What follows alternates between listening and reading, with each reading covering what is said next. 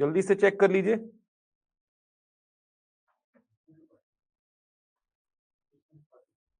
चलिए ठीक। देखिए आज से ये नया बैच मैथ्स और रीजनिंग को लेकर के स्टार्ट हो रहा है, तो पूरा मैथ्स और पूरा रीजनिंग इस बैच में कवर होगा आपका। तो मैथ्स और रीजनिंग को लेकर के ये विशेष बैच आरंभ हो रहा है। तो मैथ्स और रीजनिंग में आपका कंप्लीट तैयारी यहां पर होगा, चाहे वो सीजीपीएससी के एग्जाम्स हो जिनमें मैथ्स और रीजनिंग आता है, सीजी व्यापम के एग्जाम्स हो जहां पर मैथ्स और रीजनिंग का पोर्शन है। इसके अलावा चाहे मैं सेंट्रल के एग्जाम्स की बात करूं, जैसे रेलवे का हो गया, एसएससी का हो गया, बैंकिंग का हो गया, तो बहुत सारे शॉर्टकट्स भी देखेंगे साथ साथ में, जिससे काम थोड़ा सा और आसान हो जाए। बेसिक को पढ़ने के साथ साथ शॉर्टकट्स देखेंगे, बेसिक को पढ़ेंगे, बेसिक के साथ साथ शॉर्टकट को सॉल्व करेंगे अपन। ऐसा नहीं कि केवल शॉर्टकट पे ही काम करेंगे, बेसिक पहले सीखेंगे कि वो शॉर्टकट कहां से आया है, उसके बाद ही उस शॉर्टकट का यूज करेंगे अपन। तो थोड़ा सा अलग प्रकार से पूरे मैथ्स और रीजनिंग का तैयारी होगा। तो ये स्पेशल बैच, ये विशेष बैच जो है गणित और रीजनिंग का है, जो कि आज से प्रतिदिन 1.5 घंटे चलेगा प्रतिदिन। चलिए बहुत बढ़िया, सभी को आवाज आ रही है, बहुत बढ़िया, ठीक। चलिए तो एक बार थोड़ा सा समझ लेते हैं कि मैथ्स और रीजनिंग का वेटेज व्यापम के एग्जाम्स में, अलग अलग एग्जाम्स में कितना कितना है। पीएससी के एग्जाम्स में, जैसे पीएससी का जो मैं राज्य सेवा परीक्षा का बात करूं, स्टेट सर्विस एग्जाम, वहां पर कितना है। इसके अलावा जो वनडे एग्जाम्स होते हैं उनमें कितना है, सेंट्रल के एग्जाम्स में कितना है।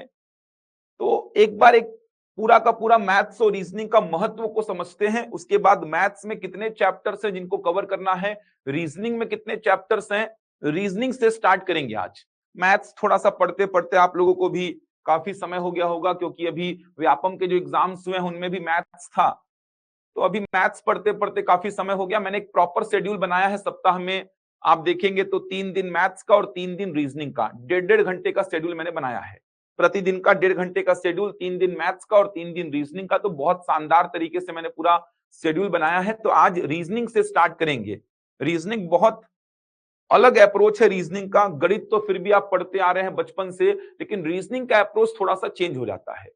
तो रीजनिंग का अप्रोच थोड़ा सा चेंज होता है। रीजनिंग में बहुत सारी बातों को ध्यान रखना पड़ता है, याद करना पड़ता है। तो एक शानदार चैप्टर के साथ आज शुरुआत करेंगे रीजनिंग की। देखना, आपको सबसे कंफ्यूजिंग चैप्टर जो है, सबसे टफ चैप्टर जो है, उसी से शुरुआत करूंगा आज। तो एक बार अपन मैथ्स और रीजनिंग के वेटेज को समझते हैं। मैथ्स और रीजनिंग का वेटेज अलग अलग एग्जाम में कितना कितना है। चलिए सबसे पहले सीजी व्यापम के एग्जाम्स की बात करते हैं। सीजी व्यापम के एग्जाम्स में बात करते हैं मैथ्स और रीजनिंग का वेटेज कहां पर कितना कितना है, ध्यान से समझेंगे। सीजी व्यापम की बात करूं, अगर मैं सीजी व्यापम की बात करूं, तो सीजी व्यापम में कहां पर कितना वेटेज है मैथ्स का, रीजनिंग का, इनको ध्यान से समझेंगे। तो सबसे पहले मैं सीजी व्यापम की बात करता हूं। सीजी व्यापम, अब सीजी व्यापम के जो एग्जाम्स होते हैं उनमें मैथ्स और रीजनिंग का वेटेज कहां पर कितना है, ध्यान से समझेंगे। सबसे पहले मैं 3 एग्जाम की बात करता हूं, जिसमें से आरआई और पटवारी का एग्जाम इस साल होगा, इसकी पूरी संभावना है। पद बहुत सारे खाली हैं आरआई और पटवारी के। तो आरआई और पटवारियों की भर्ती तो होगी, ये मान के चलिए। आरआई और पटवारियों की भर्ती तो होगी, ये मान के चलिए। तो आरआई, पटवारी और मंडी इंस्पेक्टर, पहले मैं इन 3 एग्जाम्स की बात करता हूं। एक आधे घंटे का मैं आपको पहले ओवरव्यू दूंगा। पहले मैं आपको बताऊंगा कि मैथ्स और रीजनिंग का वेटेज कहां पर कितना कितना है। उसके बाद मैं मैथ्स में कितने चैप्टर्स डील करने हैं, रीजनिंग में कितने चैप्टर्स डील करने हैं, ये समझाऊंगा।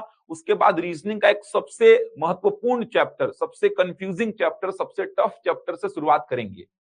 तो पहले तो सीजी व्यापम के एग्जाम्स की अगर बात करें, तो सीजी व्यापम के ये 3 एग्जाम्स आपको दिखाई दे रहे हैं, आरआई का एग्जाम, पटवारी का एग्जाम और मंडी इंस्पेक्टर। इन 3 एग्जाम्स की बात करता हूं। देखो, इन 3 एग्जाम्स का वर्तमान का जो पैटर्न है, वर्तमान का जो पैटर्न है, वो पैटर्न 150 प्रश्नों का है। ध्यान से समझेंगे, वर्तमान का जो पैटर्न है, मतलब अभी तक जो एग्जाम्स हुए हैं, आरआई, पटवारी या मंडी इंस्पेक्टर, 150 प्रश्न पूछे गए हैं। प्रत्येक प्रश्न 1 अंक का, यानी कि 150 अंकों का पेपर हुआ है, 150 अंकों का। अभी तक जो एग्जाम हुआ है आरआई का, पटवारी का, मंडी इंस्पेक्टर का, जैसे पटवारी का 2022 में हुआ था एग्जाम, तो 150 प्रश्न पूछे गए थे 150 अंकों के। सही उत्तर के लिए 1 नंबर मिल रहा था और गलत के लिए 0.25 माइनस हो रहा था। ये पैटर्न है। अब अगर एग्जाम होता है तो हो सकता है कि 100 प्रश्न का एक प्रश्न पत्र आपको दिखाई दे, 100 प्रश्नों का, क्योंकि व्यापम ने ये ट्रेंड सेट कर दिया है कि वो 100 प्रश्नों का ही कहीं ना कहीं पेपर आपको देगा। जैसे हॉस्टल वार्डन में आपने चेंजेस देखा कि 150 से 100 हो गया था प्रश्न। 2014 और 2016 में वार्डन में 150 प्रश्न पूछे गए थे, लेकिन इस बार 100 हो गया था। तो वैसा ही कुछ यहां पर भी चेंजेस आपको दिखाई दे सकता है। लेकिन अभी मैं एक बार आपको समझा रहा हूं कि अभी तक जो पेपर हुए हैं आरआई पटवारी और मंडी इंस्पेक्टर के, वहां पर किसका वेटेज कितना है। तो 150 प्रश्न यानी कि 150 अंक। अब बात करूं कि 150 प्रश्न कहां से कितने प्रश्न पूछे गए, तो शॉर्ट में समझेंगे। देखिए, मैथ्स के 30 प्रश्न पूछे गए, मैथ्स के 30 मतलब गणित के 30 प्रश्न 150 में से। रीजनिंग की बात करूं तो रीजनिंग के 15 प्रश्न। तो आप देखेंगे तो मैथ्स और रीजनिंग का वेटेज यहां पर 45 प्रश्नों का है। 45 अंक 150 में से 45 अंक कवर करेगा। यानी कि आरआई पटवारी मंडी इंस्पेक्टर में चयन आपको लेना है तो मैथ्स और रीजनिंग पे पकड़ मजबूत बनानी पड़ेगी आपको। इसके बाद कंप्यूटर का पूछता है 20 प्रश्न, एक बार मैं पूरा लिख देता हूं। हिंदी लैंग्वेज 10 प्रश्न, इंग्लिश लैंग्वेज 10 प्रश्न। इसके बाद छत्तीसगढ़ जीएस की अगर मैं बात करूं, सीजीजीएस, तो सीजीजीएस की बात करूं तो सीजीजीएस के 15 प्रश्न पूछता है। इसके बाद भारत का सामान्य अध्ययन इंडियन जीएस की बात करूं अगर मैं, तो इंडियन जीएस के 35 प्रश्न पूछता है। करंट अफेयर की बात करूं मैं तो करंट अफेयर के आप देखेंगे तो 15 प्रश्न पूछे जाते हैं। तो अगर आप देखेंगे यहां से तो टोटल कितने प्रश्न हो गए, देखिए 30 और 15 45, 45 और 20 हो जाएगा 65, 65 और 5 70, 80 90 100, 135 और 150। तो ये 150 प्रश्न हो गए। मैथ्स और रीजनिंग की अगर मैं बात करूं तो मैथ्स और रीजनिंग की आप बात करेंगे तो यहां पर 45 प्रश्नों का बड़ा वेटेज है। इसके बाद कंप्यूटर 20 प्रश्न, Hindi 10, English 10, CGGS 15, Indian GS 35, current affair 15। अब 100 प्रश्नों में कन्वर्ट करेगा इसको तो भी विषय तो यही रहेंगे, विषय तो यही रहेंगे, वेटेज का ऊपर नीचे होगा बस। तो आपने हॉस्टल वार्डन के पेपर के सिलेबस को देख करके ये तो समझ में एक बात आ गई है कि मैथ्स को रखेगा ही, मैथ्स के वेटेज को कम नहीं करेगा। चूंकि यहां पर रीजनिंग पहले था तो रीजनिंग भी रहेगा। तो मैथ्स और रीजनिंग का आरआई पटवारी और मंडी इंस्पेक्टर में अच्छा खासा वेटेज रहने वाला है। अगर 100 प्रश्नों में ये पूरा का पूरा पैटर्न कन्वर्ट होता है, 100 प्रश्नों में ये पूरा पैटर्न अगर कन्वर्ट होता है 100 प्रश्नों में, तो कहीं ना कहीं मैथ्स और रीजनिंग का टोटल मिलाकर के आपको 30-35 प्रश्न तो देखने को मिलेगा।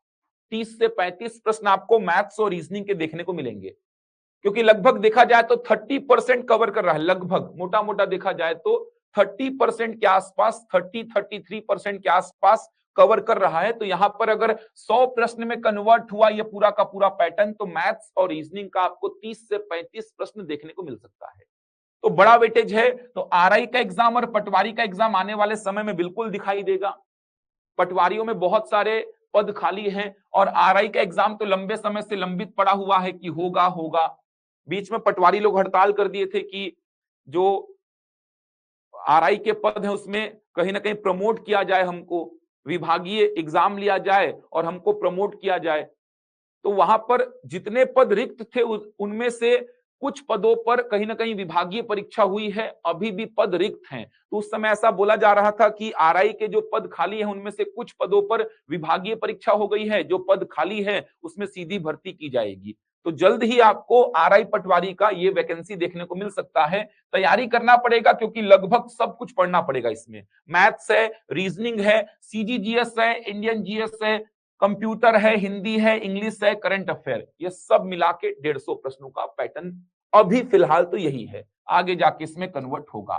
तो बात कर रहे थे अपन मैथ्स और रीजनिंग की, तो मैथ्स और रीजनिंग के 45 प्रश्न है 150 में, यहां पे 30 से 35 प्रश्न आपको कंफर्म दिखाई देंगे। ये हो गया आरआई पटवारी और मंडी इंस्पेक्टर। क्लियर हुआ यहां तक? जल्दी से मुझे कमेंट करके बताओ, ये क्लियर हुआ सभी को? आरआई पटवारी मंडी इंस्पेक्टर, जल्दी से कमेंट करेंगे मुझे।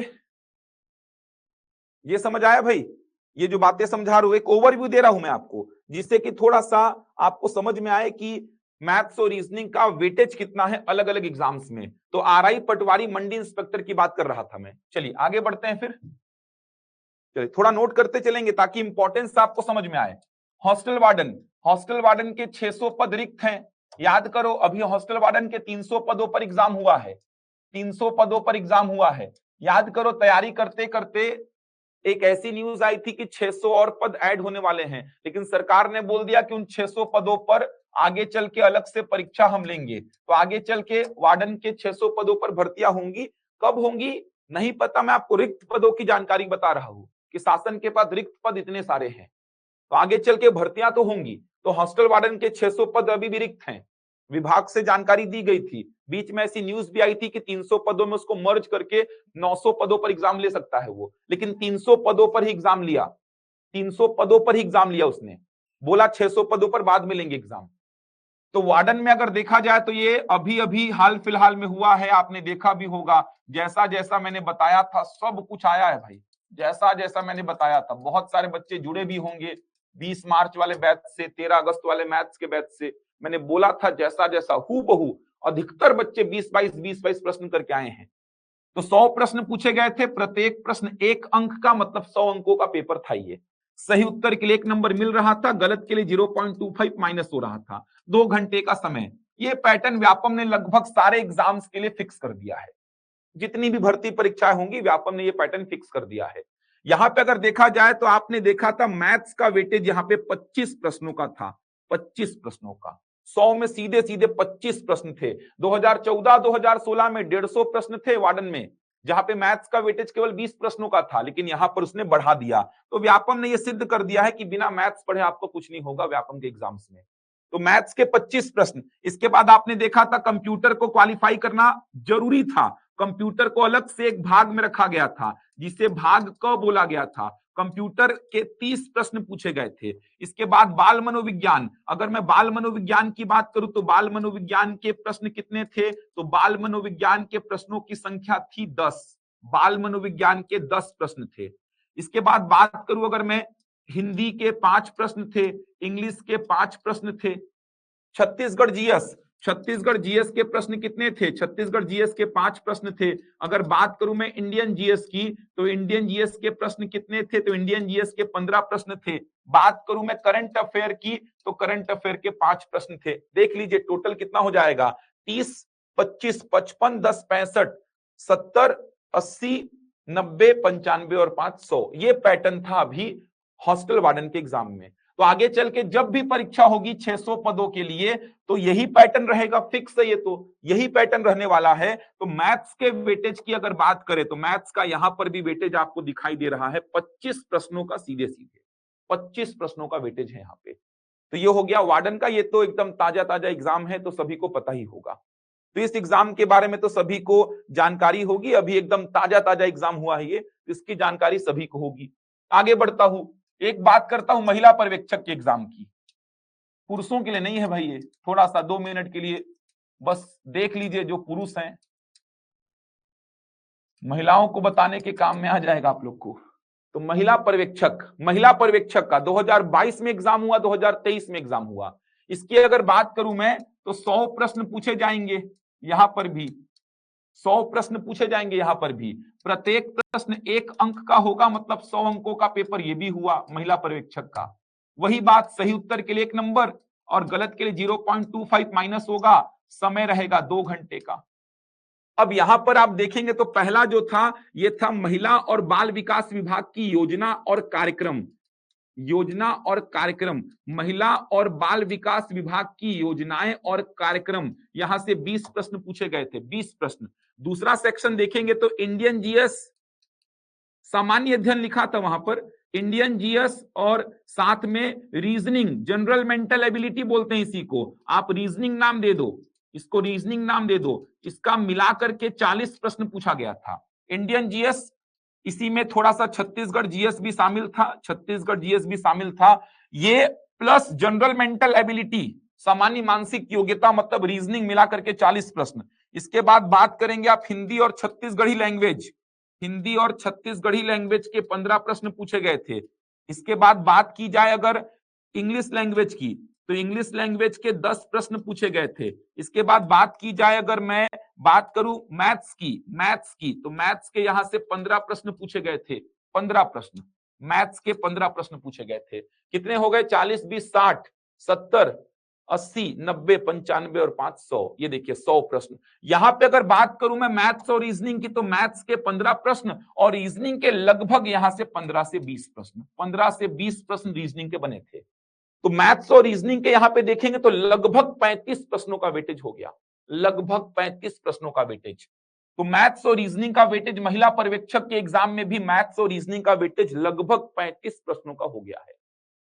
तो ये एग्जाम भी मैथ्स और रीजनिंग पे ही पूरा का पूरा बेस्ड हो गया। रीजनिंग के लगभग 15 से 20 प्रश्न बने थे और मैथ्स के तो सेपरेट 15 हैं ही। तो देखा जाए तो टोटल 35 प्रश्नों के आसपास का कहीं ना कहीं वेटेज हो गया। ये था महिला पर्यवेक्षक, 2023 में हुआ था। इसी पैटर्न में महिला और बाल विकास विभाग की योजनाएं और कार्यक्रम 20 प्रश्न, इंडियन जीएस, छत्तीसगढ़ जीएस मतलब सामान्य अध्ययन और सामान्य मानसिक योग्यता 40 प्रश्न, हिंदी प्लस छत्तीसगढ़ी लैंग्वेज 15 प्रश्न, इंग्लिश लैंग्वेज 10 प्रश्न, मैथ्स के 15 प्रश्न। इसके बाद बात करते हैं अगले एग्जाम की। एक है आपका कौन सा? Food inspector. फूड इंस्पेक्टर खाद्य अधिनियम, इसमें पढ़ने को आपको दिखाई देगा। खाद्य अधिनियम आता है, यहां पर एक्ट वगैरह पढ़ना पड़ता है। एक होता है लेबर इंस्पेक्टर, खाद्य निरीक्षक, और इसको बोलते हैं श्रम निरीक्षक। फूड इंस्पेक्टर और लेबर इंस्पेक्टर। तो वर्तमान में जो पैटर्न है, वर्तमान में जो है, इससे पहले जो एग्जाम हुआ है फूड इंस्पेक्टर का, 150 प्रश्न 200 में से पूछे गए थे सामान्य अध्ययन प्लस गणित, सामान्य अध्ययन प्लस गणित के, सामान्य अध्ययन और गणित का मिलाकर के 150 प्रश्न पूछा गया था। 150 प्रश्न सामान्य अध्ययन में सब कुछ आ जाएगा भाई, इंडियन जीएस, छत्तीसगढ़ जीएस दोनों आ जाएगा। और गणित, इसको मिलाकर के 150 प्रश्न पूछा गया था और 50 प्रश्न खाद्य अधिनियम एक्ट वगैरह पे आधारित था, एक्ट वगैरह पे। ये था फूड इंस्पेक्टर का कहीं ना कहीं देखा जाए तो जो पैटर्न था, सिलेबस था। तो गणित का वेटेज यहां पर भी बहुत बड़ा था। लेबर इंस्पेक्टर की बात की जाए, लेबर इंस्पेक्टर, तो लेबर इंस्पेक्टर की अगर बात की जाए तो लेबर इंस्पेक्टर में वर्तमान में जो पैटर्न है, इससे पहले जो एग्जाम हुआ था 150 प्रश्न पूछे गए थे, जिसमें से 65 प्रश्न थे सामान्य अध्ययन के, 65 प्रश्न सामान्य अध्ययन के थे, सामान्य अध्ययन। इसके बाद 20 प्रश्न थे कंप्यूटर के, 20 प्रश्न हो गए कंप्यूटर के। इसके बाद बात करेंगे आप तो 50 प्रश्न थे, जिसमें हिंदी लैंग्वेज था, इंग्लिश लैंग्वेज था, छत्तीसगढ़ी लैंग्वेज था और साथ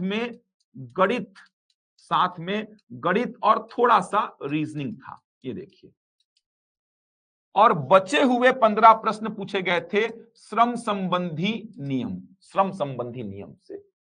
तो ये फूड इंस्पेक्टर में भी मैथ्स का वेटेज बड़ा है, लेबर इंस्पेक्टर में भी मैथ्स और रीजनिंग का वेटेज आपको दिखाई दे रहा है। हर एग्जाम में व्यापम के आप देखो तो भर भर के मैथ्स और रीजनिंग दिखाई देगा। समझ आ रही है? मैं एक ओवरव्यू बता रहा हूं आपको, सारे विषयों की बात कर रहा हूं, कौन कौन से विषय हैं। बात करेंगे आप समपरीक्षक के एग्जाम की, समपरीक्षक का एग्जाम देखेंगे, ज्येष्ठ समपरीक्षक और सहायक समपरीक्षक। तो अभी जो वर्तमान में पैटर्न है, 200 प्रश्न पूछे जाते हैं, 200, जिसमें से 100 प्रश्न पूछे जाते हैं सामान्य अध्ययन प्लस गणित, सामान्य अध्ययन प्लस आप बोल सकते हैं योग्यता परीक्षण। योग्यता परीक्षण बोलने का मतलब मैथ्स और रीजनिंग दोनों आ जाता है इसमें। और बचा 100 प्रश्न हिंदी से बनता है, 100 प्रश्न बनता है हिंदी से। ये देखिए 100 प्रश्न हिंदी से। ये ज्येष्ठ समपरीक्षक और सहायक समपरीक्षक का जो एग्जाम लेता है व्यापम। इसके अलावा शिक्षक भर्ती परीक्षा की जानकारी आपको होगी ही।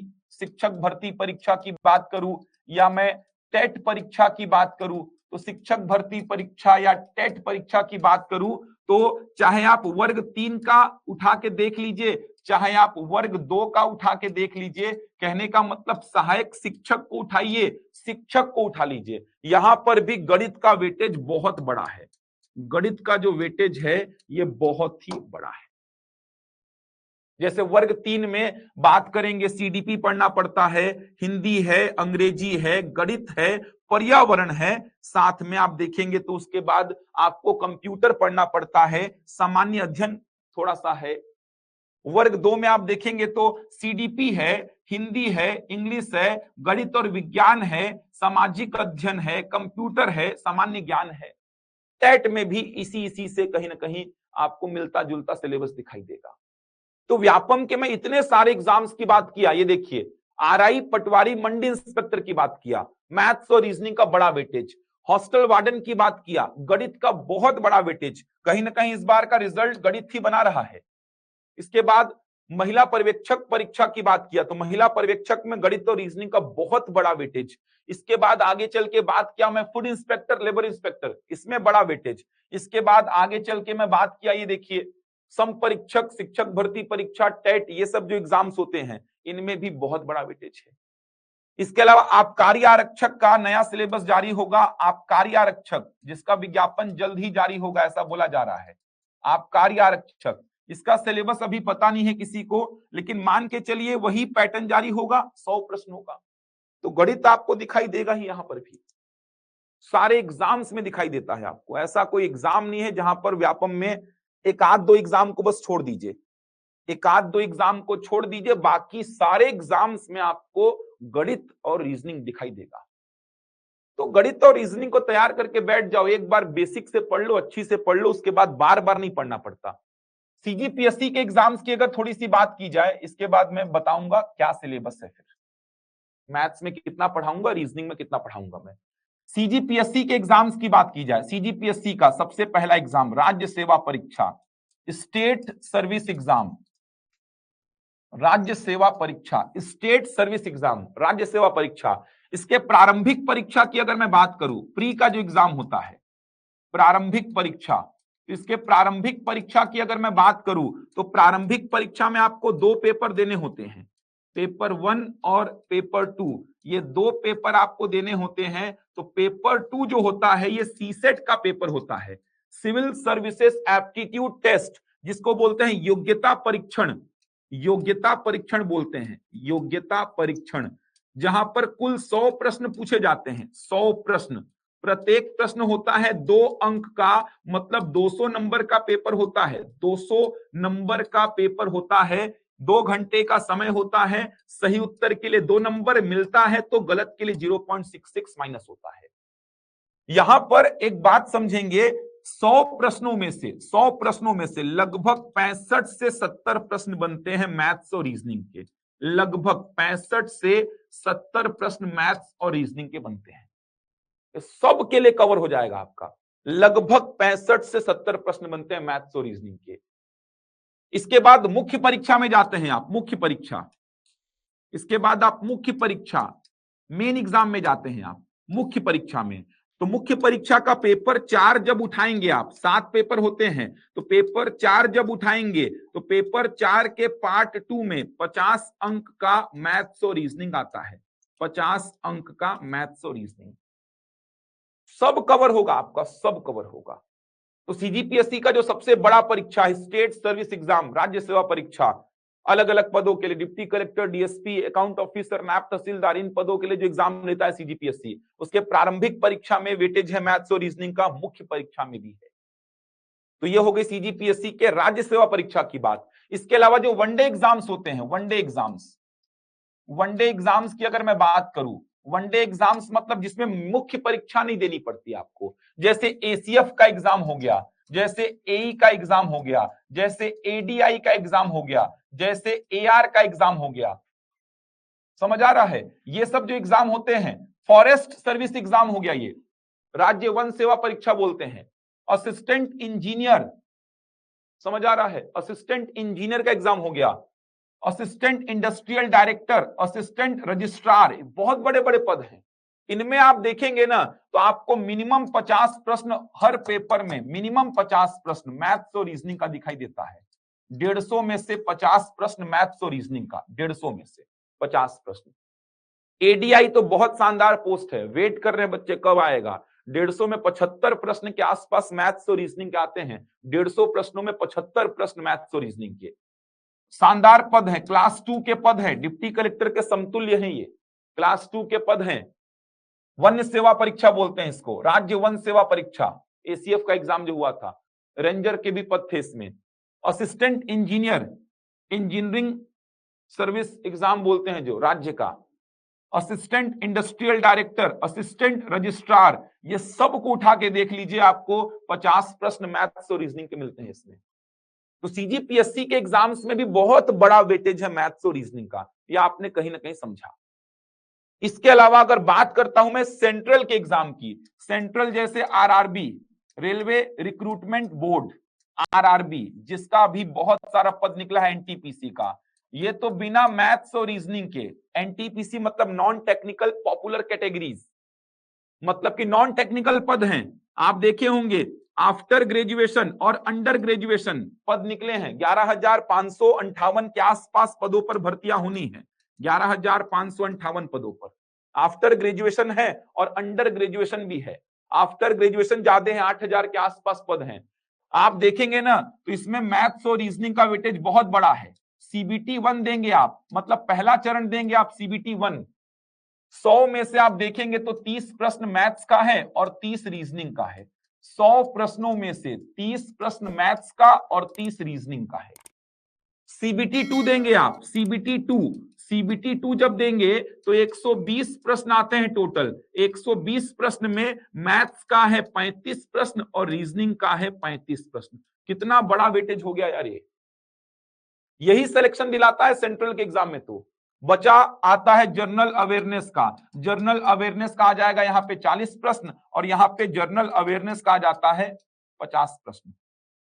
मैथ्स और रीजनिंग ही सिलेक्शन दिलाएगा। अगर आप आरआरबी को फोकस कर रहे हैं, आराम से बनेगा और इतना आसान लेवल रहता है ना, समय बस मैनेज करना है, टाइम को मैनेज कर पाए, खेलना सीख गए। सिखाऊंगा एकदम, रीजनिंग में 1-1 मिनट में 3-3 प्रश्न बनाने का क्षमता रहेगा आपका, इतना सिखाऊंगा आपको। तो मैथ्स और रीजनिंग का वेटेज सेंट्रल के एग्जाम में तो भर भर के हैं। इन एग्जाम्स को अगर निकालना है सेंट्रल के एग्जाम्स को, तो मैथ्स और रीजनिंग तो आपको पढ़ना ही पड़ेगा, इसके बिना तो संभव ही नहीं है। देख रहे हो 100 में 60, 120 में 70 प्रश्न।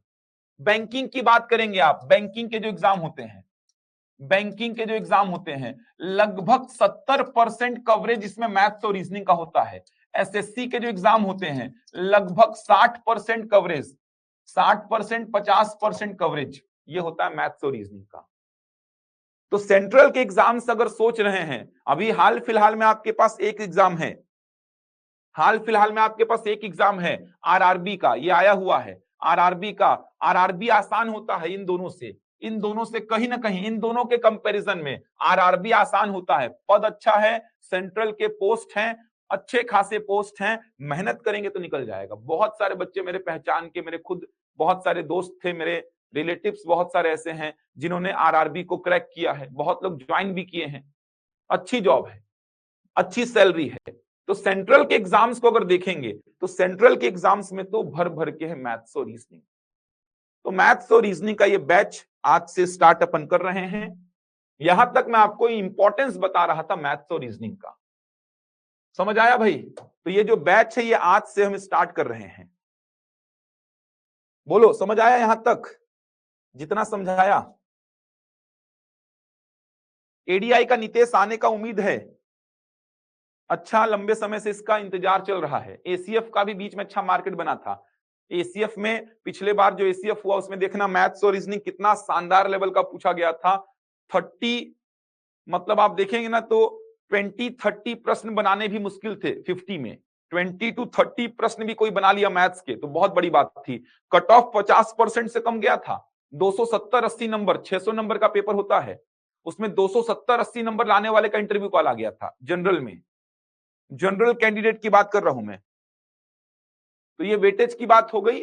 अब क्या क्या पढ़ना है, किन किन चैप्टर्स पे काम करना है, कौन कौन से चैप्टर कवर करने हैं वो लिख रहा हूं मैं, चलें देखेंगे। इसके बाद रीजनिंग का बहुत शानदार चैप्टर पे काम स्टार्ट करेंगे आज। देखो अगले 10 मिनट में मैं पूरे चैप्टर्स बताऊंगा आपको, गणित में और रीजनिंग में किन किन चैप्टर्स पे काम करना है। ध्यान देंगे, गणित और रीजनिंग में किन किन चैप्टर्स पे काम करना है देखेंगे इधर। देखिए गणित के कुछ बेसिक चैप्टर्स में लिख रहा हूं, कुछ बेसिक चैप्टर्स लिखूंगा मैं। सबसे पहला है संख्या पद्धति नंबर सिस्टम, संख्या पद्धति नंबर सिस्टम। इसके बाद आप देखेंगे सरलीकरण, सरलीकरण इसको बोलते हैं सिंप्लीफिकेशन। मैं बोलते जा रहा हूं इंग्लिश में भी, जो इंग्लिश वाले बच्चे जुड़े होंगे। संख्या पद्धति मतलब नंबर सिस्टम, सरलीकरण मतलब सिंप्लीफिकेशन, भिन्न संख्या, भिन्न संख्या का मतलब होता है फ्रैक्शनल नंबर, भिन्न संख्या मतलब फ्रैक्शनल नंबर। इसके बाद आप देखेंगे तो एक और बेसिक चैप्टर आता है वर्गमूल तथा घनमूल, वर्गमूल तथा घनमूल, square root and cube root. एक और आता है बेसिक में ही जिसको बोलते हैं घातांक और करनी, घातांक और करनी, इंडाइसेस एंड सर्ड्स।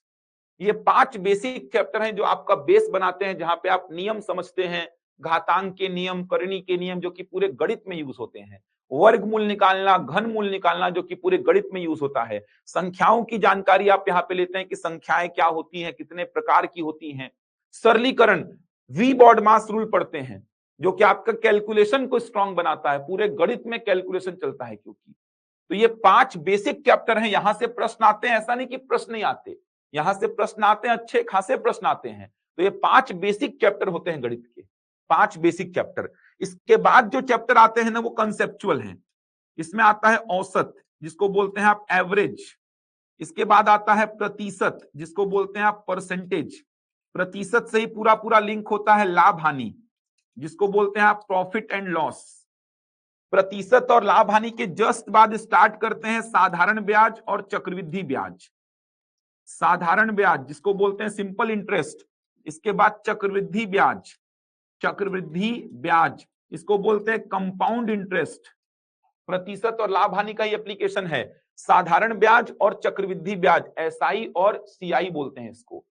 इसके बाद और चैप्टर्स आते हैं, जैसे बात करूंगा मैं अनुपात समानुपात की, अनुपात और समानुपात इसको बोलते हैं रेशियो एंड प्रोपोर्शन, अनुपात और समानुपात, रेशियो एंड प्रोपोर्शन। इसी से लिंक होते हैं 2 चैप्टर, एक है मिश्रण जिसको बोलते हैं एलिगेशन या मिक्सचर, इसके बाद एक है साझा जिसको बोलते हैं पार्टनरशिप, पार्टनरशिप। आगे बढ़ेंगे तो अगला जो चैप्टर आता है वो समय और दूरी का आता है, समय और दूरी, time and distance, time and distance से ही लिंक होता है एक चैप्टर जिसको बोलते हैं रेलगाड़ी, इसी से लिंक होता है एक और चैप्टर जिसको बोलते हैं नाव धारा मतलब ट्रेन, बोट एंड स्ट्रीम। इसके बाद आगे बढ़ेंगे तो एक चैप्टर आता है समय कार्य, टाइम एंड वर्क बोलते हैं, इसी से एक और चैप्टर लिंक होता है पाइप और टंकी, पाइप और टंकी। इसके अलावा एक चैप्टर जो कि बहुत खास है, पहले ही मुझे लिखना चाहिए था, पहले नहीं लिखा उसको मैं, लस और मौस, लघुत्तम समापवर्ती और महत्तम समापवर्तक, least common multiple and highest common factor. एक और एक्स्ट्रा चैप्टर आयु संबंधित प्रश्न, आयु संबंधित प्रश्न, एज रिलेटेड प्रॉब्लम्स बोलते हैं इसको, एज रिलेटेड प्रॉब्लम्स। ये 20 चैप्टर आपके सामने लिखे हुए हैं, देख पा रहे हो इतना सारा है, ये 20 चैप्टर लिखे हुए हैं, अभी खत्म नहीं हुआ है। तो ये 20 चैप्टर हो गए, देख लीजिए ये 5 चैप्टर बेसिक चैप्टर हैं, ये 5 एकदम बेसिक हैं, यहां पे अपना बेस बनेगा।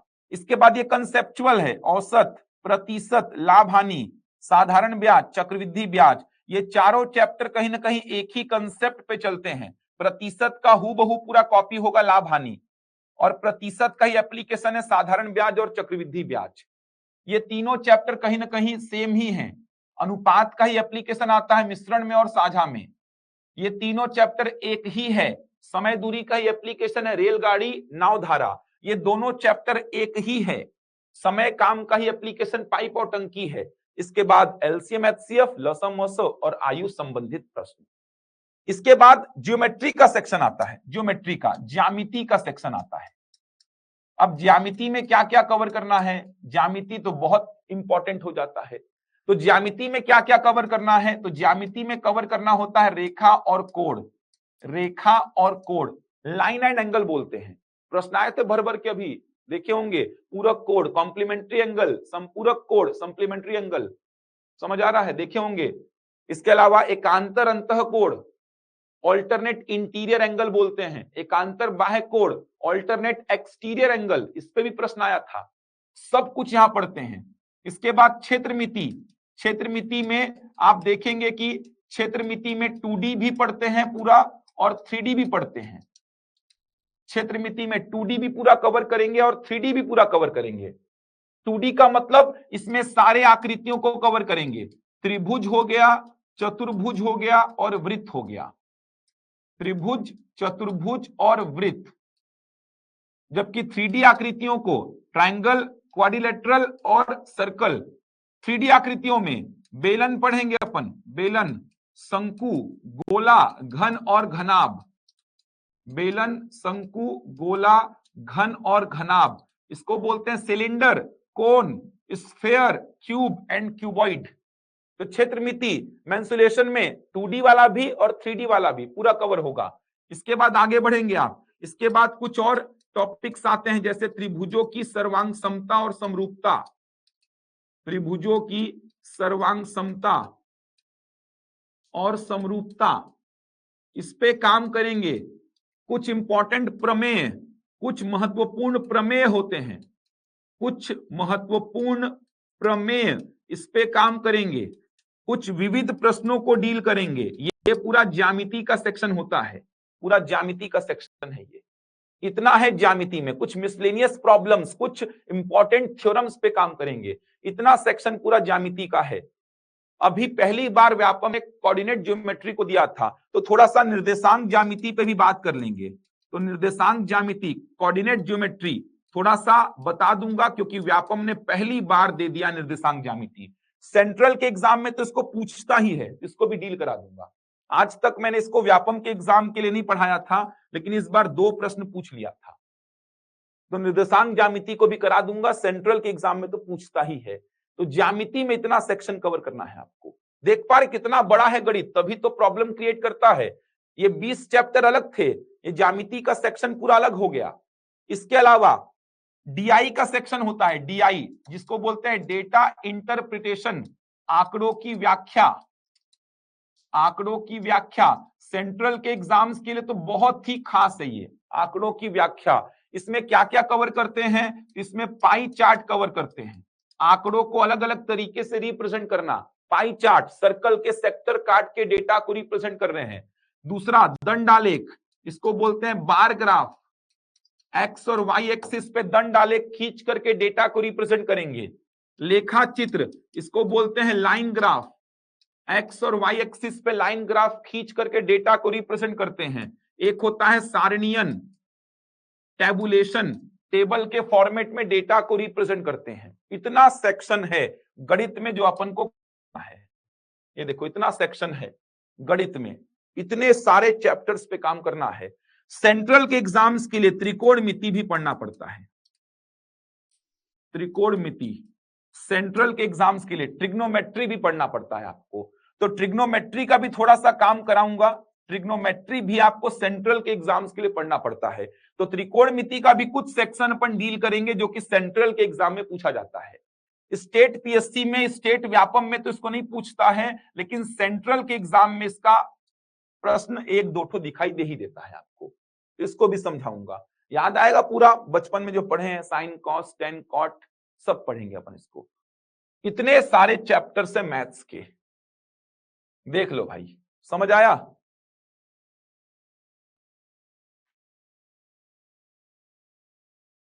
बीज गणित इसी में आ जाएगा ना, बीज गणितीय सब इसी में आ जाएगा।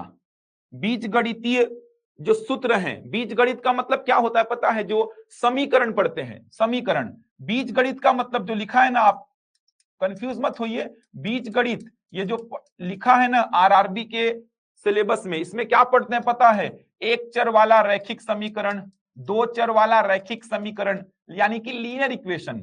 इसके अलावा वर्ग समीकरण पढ़ते हैं, इसमें वर्ग समीकरण, बीज गणितीय सूत्र पढ़ते हैं। तो ये सब तो मैं कराऊंगा ही, ये सब तो मैं सरलीकरण में ही ले लूंगा पूरा को। ये तो बेस बनेगा आपका। रैखिक समीकरण एक चर वाला, लीनियर इक्वेशन एक चर वाला, 2 चर वाला, वर्ग समीकरण, क्वाड्रेटिक इक्वेशन, कुछ बीज गणितीय सूत्र, ये सब सरलीकरण में ही कवर हो जाएगा अपना। एपीजीपी सब आ जाएगा सिंप्लीफिकेशन में। तभी तो लगभग 20 दिन लगता है ये बेसिक चैप्टर्स को करने में, 20 से 25 दिन लग जाता है बेसिक चैप्टर्स में ही।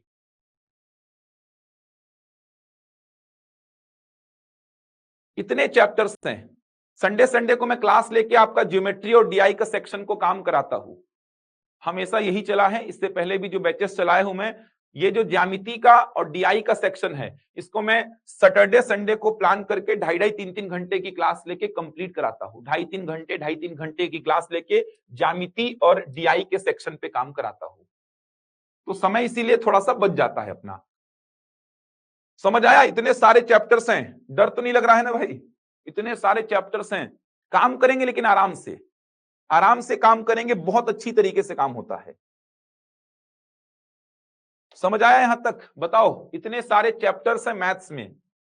त्रिकोणमिति सेंट्रल के एग्जाम्स के लिए काम आएगा, त्रिकोणमिति। जल्दी से कमेंट करो, कुछ मन में है डाउट, कुछ मन में सवाल है तो पूछ सकते हो। एकदम आराम से चल रहा हूं। आज ये पूरा इंट्रोडक्शन क्लास है, क्या क्या पढ़ना है, कितना पढ़ना है, ये सब बातें बता रहा हूं। चलिए अब आते हैं रीजनिंग में। रीजनिंग में इंटरेस्टिंग है रीजनिंग। चलो तो रीजनिंग में आएंगे, रीजनिंग इंटरेस्टिंग है। रीजनिंग में आते हैं अपन। चलो अब रीजनिंग थोड़ा सा आसान भी है। रीजनिंग, अब रीजनिंग को ही जनरल मेंटल एबिलिटी, सामान्य मानसिक योग्यता बोल देते हैं, तो रीजनिंग थोड़ा आसान भी लगेगा आपको। रीजनिंग थोड़ा आसान लगेगा, लेकिन कुछ चीजें पहले ही बता रहा हूं, यहां पर याद करनी पड़ेंगी। जैसा जैसा पढ़ाऊंगा ना वैसा रीजनिंग को पढ़ लिए। आज ही देखना ना, अभी श्रृंखला स्टार्ट करूंगा, श्रृंखला सीरीज। सबसे टफ चैप्टर माना जाता है श्रृंखला को, सीरीज को। देखना कितना आराम से बनाओगे आप, बहुत आराम से बनाओगे। श्रृंखला सीरीज अभी समझाऊंगा, ये बहुत टफ चैप्टर माना जाता है। इसको बच्चे पढ़ते नहीं है और एग्जाम में बनाते भी नहीं है, लॉजिक ढूंढ ही नहीं पाते हैं। देखना तो एक शानदार तरीका बताऊंगा, रीजनिंग बहुत आराम से बना लोगे आप। चलो रीजनिंग में देखो क्या क्या पढ़ना है आपको, थोड़ा सा नया लगेगा। इसमें दिमाग का यूज करना होता है, कुछ चीजें याद करनी होती हैं जैसा जैसा बताया जाता है। अब इसमें क्या क्या चैप्टर्स कवर करने हैं देखो। पहला अगर मैं बोलूं सांकेतिक भाषा, इसको बोलते हैं कोडिंग डिकोडिंग। सांकेतिक भाषा, कोडिंग डिकोडिंग बोलते हैं, कोड को डिकोड करना होता है। समझ आ रहा है? कोड को डिकोड करना होता है। इसी से लिंक होता है एक और चैप्टर जिसको बोलते हैं अंग्रेजी वर्णमाला, इंग्लिश अल्फाबेट। दोनों देखा जाए तो एक साथ पढ़ते हैं, आगे पीछे पढ़ते हैं, तो अंग्रेजी वर्णमाला। तो पहला हो गया सांकेतिक भाषा, इसको बोलते हैं कोडिंग डिकोडिंग। दूसरा हो गया आपका अंग्रेजी वर्णमाला, इंग्लिश अल्फाबेट बोलते हैं। इसके बाद आगे बढ़ते हैं, ये बहुत इंपॉर्टेंट है सारे एग्जाम्स के लिए, सीजीपीएससी, सीजी व्यापम, सेंट्रल, सब के लिए इंपॉर्टेंट है। इसके बाद आगे बढ़ते हैं, कुछ आसान चैप्टर हैं। कुछ आसान चैप्टर में दिशा ज्ञान परीक्षण, ये आसान है। ये आसान चैप्टर्स में लिख रहा हूं मैं। डायरेक्शन सेंस टेस्ट, इसी को मैपिंग बोल देते हैं, मैप वाला। Direction sense test, ranking, ranking, ये थोड़े आसान चैप्टर हैं। दिशा ज्ञान परीक्षण हो गया, रैंकिंग हो गया, ये थोड़े आसान चैप्टर्स हैं। इनमें काम आराम से किया जा सकता है, आराम से, एकदम आराम से चैप्टर बनने वाले चैप्टर हैं भाई। इसके बाद अब ध्यान से समझना थोड़ा सा, कैलेंडर हो गया, पासा हो गया। तो फिलहाल कैलेंडर और घड़ी को देखो, तो ये चैप्टर आसान है। ये चैप्टर जो मैं लिख रहा हूं ना, चाहे वो दिशा ज्ञान परीक्षण, चाहे वो रैंकिंग, चाहे वो कैलेंडर, चाहे वो घड़ी, ये आसान चैप्टर है। ये बहुत ही आसान चैप्टर हैं। इन चैप्टर पे काम आराम से किया जा सकता है, इधर से प्रश्न आप निकाल ही लोगे। कैलेंडर का कंसेप्ट सीख जाओ, घड़ी के कंसेप्ट को ही पढ़ना है, इधर से क्वेश्चंस आप निकाल ही लोगे। टफ में अभी तक मैंने ये 2 टफ लिखा है। यहाँ पे कोड को डिकोड करना ही थोड़ा सा टफ काम होता है। कोड को डिकोड ही नहीं कर पाते बच्चे, कोड को डिकोड करने में हालत खराब हो जाता है, क्योंकि अप्रोच नहीं पता बच्चों को, स्टार्ट कहां से करना है प्रश्न को ये नहीं पता, तो कोड को डिकोड करने में बच्चों का हालत खराब हो जाता है। तो अप्रोच पे काम करेंगे, यहां पर अप्रोच पे काम करना होगा। तो ये 2 चैप्टर पूरा पूरा अप्रोच पे काम करने वाला चैप्टर है। इधर वाले चैप्टर्स जो हैं ये आसान चैप्टर हैं, कंसेप्ट सीखो, तरीका सीखो, प्रश्न बन जाएगा यहां से, इधर पे समस्या नहीं आएगी। इन 4 चैप्टर में, ये 4 थोड़े से आसान चैप्टर लिखा हूं मैं। इसके बाद मैं कुछ चैप्टर्स लिख रहा हूं जो कि इंपॉर्टेंट हैं बहुत ज्यादा और सबसे टफ में आएंगे। श्रृंखला सीरीज, लुप्त पद, लुप्त पद इसको बोलते हैं मिसिंग टर्म। समानता और वर्गीकरण, समानता और वर्गीकरण, समानता और वर्गीकरण, सिमिलैरिटी एंड क्लासिफिकेशन, सादृश्यता एनालॉजी, सादृश्यता मतलब एनालॉजी, ये चारों चैप्टर जो है ना, ये चारों चैप्टर एक ही हैं, इनमें केवल लॉजिक ढूंढना है, आपको लॉजिक खोजना है, लॉजिक, और लॉजिक ही बच्चे नहीं खोज पाते हैं, लॉजिक ही खोजना होता है। श्रृंखला का मतलब श्रृंखला आगे बढ़ रही है इस प्रकार से, अब वो संख्याओं पर आधारित हो सकती है, अक्षरों पर आधारित हो सकती है, कैसी भी श्रृंखला हो सकती है। लुप्त पद में अलग अलग प्रकार के डायग्राम्स बना करके आपको बोलेगा लुप्त पद जो है वो निकालो, ये देखो इस प्रकार का, ये दे देगा, ये पूछ लेगा। इस प्रकार का लुप्त पद आप देखे होंगे, ऐसे आता है लुप्त पद, इस प्रकार से डायग्राम बना देगा, ये सब दे देगा और इसको पूछ लेगा। तो लुप्त पद में भी तो लॉजिक ही ढूंढना है, ये चारों चैप्टर कहीं ना कहीं लॉजिक पे बेस्ड हैं। समानता का मतलब क्या, जैसे चार संख्याएं देगा, इनमें से तीन में कोई सिमिलैरिटी है, चौथा जो अलग है उसको क्लासिफाई करो, चौथा जो अलग है उसको ढूंढो, तीन में क्या सिमिलैरिटी है, तो लॉजिक ढूंढो, किस लॉजिक से आपको इन तीनों में सिमिलैरिटी दिखाई दे रहा है, चौथा ढूंढो। अब ये शब्दों का हो सकता है, संख्याओं का हो सकता है, अक्षरों का हो सकता है, समझ आ रहा है। इसके बाद सादृश्यता, सादृश्यता का मतलब होता है एनालॉजी, समानता। इसके प्रश्न कैसे बनते हैं, जैसे 5 का संबंध बोल दिया 7 से है, तो आपको बोल देगा 6 का संबंध किससे होगा। अब आपको देखना पड़ेगा कि 5 और 7 में क्या सिमिलैरिटी है, और 5 और 7 में सिमिलैरिटी प्रश्न सेट करने वाले के हिसाब से सोचना है आपको। तो मैंने क्या किया है, 5 का वर्ग होता है 25, 25 में 2 और 5 को जोड़ा हो तो क्या आया है 7, 5 का वर्ग 25, 25 में 2 और 5 को जोड़ा तो क्या आया 7, तो आपको क्या करना था, 6 का वर्ग 36, 3 और 6 को जोड़ेंगे तो क्या आएगा 9, आंसर 9 होगा। तो मेरे दिमाग के हिसाब से आपको चलना पड़ेगा कि सर ने क्या सोचा होगा, सर ने किस हिसाब से 5 और 7 का संबंध सेट किया होगा। ऐसा नहीं कि 5 में 2 जोड़ा तो 7, 6 में 2 जोड़ा तो 8, ये गलत हो जाएगा। एनालॉजी यही समस्या आपके सामने पैदा करेगा कि सामने वाले ने जो पेपर सेट किया है उसने क्या सोचा था, 5 और 7 का संबंध कैसे बनाया था, तो उसके दिमाग से खेलना पड़ेगा, उसका दिमाग में क्या चला होगा 5 और 7 के संबंध में। तो ऐसा प्रायोरिटी लिस्ट होता है कि पहले ये ध्यान दिया जाता है, फिर ये ध्यान दिया जाता है, फिर ये ध्यान दिया जाता है। तो ऐसा अप्रोच फॉलो करना पड़ेगा। तो ये चारों चैप्टर से प्रश्न आते हैं, चाहे व्यापम हो, चाहे पीएससी हो, चाहे सेंट्रल के एग्जाम्स हो, सबसे ज्यादा प्रश्न इन्हीं चारों चैप्टर से आते हैं, सबसे ज्यादा प्रश्न जो आते हैं इन्हीं चारों चैप्टर से आते हैं। मैक्सिमम प्रश्न आपको यहीं से दिखाई देगा, श्रृंखला, लुप्त पद, समानता, वर्गीकरण, सादृश्यता, मैक्सिमम प्रश्न आपको यहीं से दिखाई देंगे। और बच्चे जनरली इन चैप्टर्स को जानते ही नहीं है, अप्रोच ही नहीं पता बच्चों को। बच्चे पढ़ते क्या है, दिशा ज्ञान परीक्षण को, रैंकिंग को, अरे जो आसान है उसी को पढ़ते हैं बच्चे, इन पे कभी काम ही नहीं करते कि श्रृंखला में किस प्रकार का अप्रोच फॉलो होता है। सर हमको लॉजिक को ढूंढना है, लेकिन किस अप्रोच से लॉजिक को ढूंढे, कैसे स्टार्ट करें प्रश्न को, आज बताऊंगा, देखना कैसे स्टार्ट करें प्रश्न को, पता तो रहे कि कैसे स्टार्ट करें। लुप्त पद में अप्रोच क्या होगा सर, कैसे प्रश्न को सोचे, लॉजिक ढूंढना तो है लेकिन अप्रोच होना चाहिए ना, कि किस अप्रोच से मैं आगे बढ़ूं जिससे लॉजिक को ढूंढ पाऊंगा। मैं कुछ भी सोचने बैठ जाऊंगा थोड़ी लॉजिक मिल जाएगा, मेरे को एक अप्रोच होना चाहिए। देखना ना 10-10 सेकंड में आप लॉजिक को ढूंढ निकालोगे, 20-20 सेकंड, 10-10 सेकंड लगेगा आपको लॉजिक ढूंढने में। तो चारों चैप्टर लॉजिक ढूंढने पे आधारित है, लॉजिक ढूंढो तभी, लॉजिक नहीं मिला तो प्रश्न नहीं बनेगा।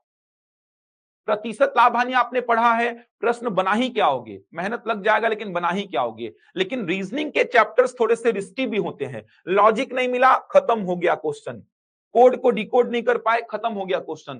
तो इनमें समस्या यही है कि आप कोड को डिकोड नहीं कर पाए क्वेश्चन खत्म, लॉजिक नहीं मिला क्वेश्चन खत्म। तो काम कराऊंगा इस पे, चारों को एक साथ पढ़ाऊंगा, चारों को खत्म करेंगे और जब तक एग्जाम देंगे ना इसका प्रैक्टिस करते रहेंगे, इसका प्रैक्टिस शीट देते रहूंगा, क्योंकि इसमें केवल प्रैक्टिस ही करना है। एक तरीका बताऊंगा आपको मैं, अप्रोच क्या होगा, किस प्रकार से आगे बढ़ना है, उसके बाद इसको प्रैक्टिस करते रहो जब तक कोर्स चल रहा है। इसीलिए इन चारों को सबसे पहले पढ़ाऊंगा रीजनिंग में, इन चारों को सबसे पहले। उसके बाद इन दोनों को पढ़ाऊंगा, सांकेतिक भाषा, अंग्रेजी वर्णमाला। जो टफ है ना उनको शुरू में ही पढ़ेंगे ताकि वो लंबे समय तक ऐसा आपके प्रैक्टिस में रहें। इसके बाद इंपॉर्टेंट चैप्टर्स में न्याय निगमन, सिलोजिज्म बोलते हैं, न्याय निगमन, न्याय निगमन बहुत खास, बहुत इंपॉर्टेंट, और इसका एक ऐसा तरीका है मेरे पास कि कभी गलती ही नहीं होगी। सबसे आसान तरीका बताऊंगा और जैसा जैसा बताऊंगा याद कर लिए ना। मेरे YouTube में वीडियोस पड़े हैं पीएससी को लेकर के, मैंने बनाए थे न्याय निगमन के कुछ वीडियोस, बच्चे उनको देख के गए पूरे लेवल तक का, मतलब ऐसे ऐसे लेवल के क्वेश्चन करा दिया, उससे बाहर कुछ है ही नहीं। निष्कर्ष में सारे प्रकार के निष्कर्ष बता दिया, इवन संभावना वाले निष्कर्ष, पॉसिबिलिटी वाले निष्कर्ष बता दिया। तो कथन और निष्कर्ष इसका कैसा आता है, ये चैप्टर कैसा है, तो आपने देखा होगा कथन और निष्कर्ष होता है, कथन और निष्कर्ष। कथन दिए होते हैं और निष्कर्ष दिए होते हैं। कथनों को पढ़ के निष्कर्ष को चेक करना होता है। कथन जैसे कुछ ए बी हैं, सभी ए बी हैं, उन पे आधारित कुछ निष्कर्ष रहेंगे। ये चैप्टर है बहुत इंपॉर्टेंट, बहुत इंपॉर्टेंट, सबसे ज्यादा इंपॉर्टेंट बोल दो इसको आप। इसके बाद पहली परीक्षण, पजल टेस्ट बोलते हैं, पहली परीक्षण इसको बोलते हैं पजल टेस्ट। पजल दिया रहेगा, उसको सॉल्व करना होता है। बैठक व्यवस्था, सिटिंग अरेंजमेंट, बैठक व्यवस्था इंपॉर्टेंट है ये भी। तो ये तीनों इंपॉर्टेंट है, ये तीनों खास हैं, ये तीनों इंपॉर्टेंट चैप्टर हैं। न्याय निगमन, पहली परीक्षण, बैठक व्यवस्था। देख सकते हैं कितने सारे चैप्टर्स हो चुके हैं। सांकेतिक भाषा, अंग्रेजी वर्णमाला, दिशा ज्ञान परीक्षण, रैंकिंग, कैलेंडर, घड़ी, श्रृंखला, लुप्त पद, समानता एंड वर्गीकरण, सादृश्यता, न्याय निगमन, पहली परीक्षण, बैठक व्यवस्था। इसके बाद कुछ और चैप्टर्स बच गए, देखिए पासा, डाइस सबसे आसान चैप्टर, घन घनाभ इसी से रिलेट होता है, घन और घनाभ इसी से रिलेट होने वाला है। इसके अलावा आकृतियों की गिनती, आकृतियों की गिनती, एनालिटिकल रीजनिंग में आ जाता है ये, आकृतियों की गिनती, ये सब एनालिटिकल रीजनिंग में आता है। इसी में आकृतियों को पूर्ण करना, आकृतियों को पूर्ण करना, आकृतियों को पूर्ण करना, इसी में आ जाता है। मिरर इमेज, दर्पण प्रतिबिंब, दर्पण प्रतिबिंब, मिरर इमेज बोलते हैं। ये एनालिटिकल रीजनिंग में आ जाता है। पासा है, घन घनाभ है, आकृतियों की गिनती, आकृतियों को पूर्ण करना, दर्पण प्रतिबिंब, बहुत आसान है ये, आसान चैप्टर्स हैं ये। इसके बाद 18 नंबर हो जाएगा ये। इसके बाद कुछ और चैप्टर, इसके बाद कुछ और चैप्टर हैं, कैसे हैं? कथन निष्कर्ष, कथन निष्कर्ष एक अलग प्रकार का है ये। कथन पूर्व अवधारणा, कथन पूर्व अवधारणा, पूर्व अवधारणा, इन पे कुछ प्रश्न बनते हैं। 19 के बाद 20 लिख लो यार। इसके बाद आता है एक ठो निर्णय निर्माण, निर्णय निर्माण, डिसीजन मेकिंग आता है, डिसीजन मेकिंग ये आता है, डिसीजन मेकिंग।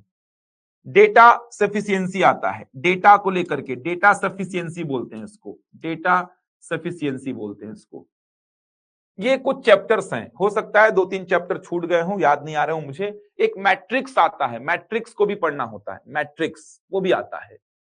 तो ये कुछ चैप्टर्स हैं जो कि आप देख पा रहे हैं, लगभग 22-25 चैप्टर कवर करने होते हैं, लगभग 22-25 चैप्टर रीजनिंग के हैं जो कि आपको कवर करने हैं। आप लोग को कुछ याद आ रहा है क्या इसके अलावा? ये लगभग 22-25 चैप्टर हैं जो कि आप लोगों को कवर करने हैं। ये आसान चैप्टर्स हैं, ये देखिए ये चैप्टर्स आसान हैं, ये थोड़े आसान चैप्टर्स में हैं। ये अच्छे चैप्टर्स में आएंगे, अच्छे मतलब इनमें दिमाग लगेगा, इनमें दिमाग का यूज करना होगा। ये थोड़े से टफ चैप्टर्स हैं जहां पे लॉजिक ढूंढने के लिए आपको अप्रोच पता करना होगा। ये भी कहीं ना कहीं कोड को डिकोड करने वाले प्रश्न हैं। ये आसान चैप्टर्स हैं, इनमें काम करना बहुत आसान हो जाएगा। ये थोड़े से ये सोचने वाले हैं, विश्लेषण करने वाले हैं, सोचने वाले चैप्टर्स हैं। कथन निष्कर्ष, कथन पूर्व अवधारणा, निर्णय निर्माण, डेटा सफिशिएंसी, ये थोड़ा सा आपको सोचने की आवश्यकता है इनके लिए। ध्यान से डेटा को, ध्यान से पूरा का पूरा जो रहेगा समरी, जो पूरा का पूरा जानकारी, उसको पढ़ने की आवश्यकता है इनके लिए। तो लगभग 22 से 25 चैप्टर रीजनिंग में होते हैं, लगभग 22 से 25 चैप्टर। कैलेंडर लिख दिया मैंने, डाइस लिख दिया है, ये देखिए घड़ी कैलेंडर लिख दिया है मैंने, डाइस भी लिख दिया है। और कुछ याद आ रहा है क्या आप लोग को? जल्दी से बताओ मुझे, जल्दी से बताइए, कुछ याद आ रहा है क्या किसी को? कोई और चैप्टर जो इंपॉर्टेंट हो, छूट गया हो, जल्दी से। एक रक्त संबंध, हाँ एक रक्त संबंध छूट गया है, 23 नंबर डाल दे रहा हूं इसको। रक्त संबंध इंपॉर्टेंट है ये, रक्त संबंध।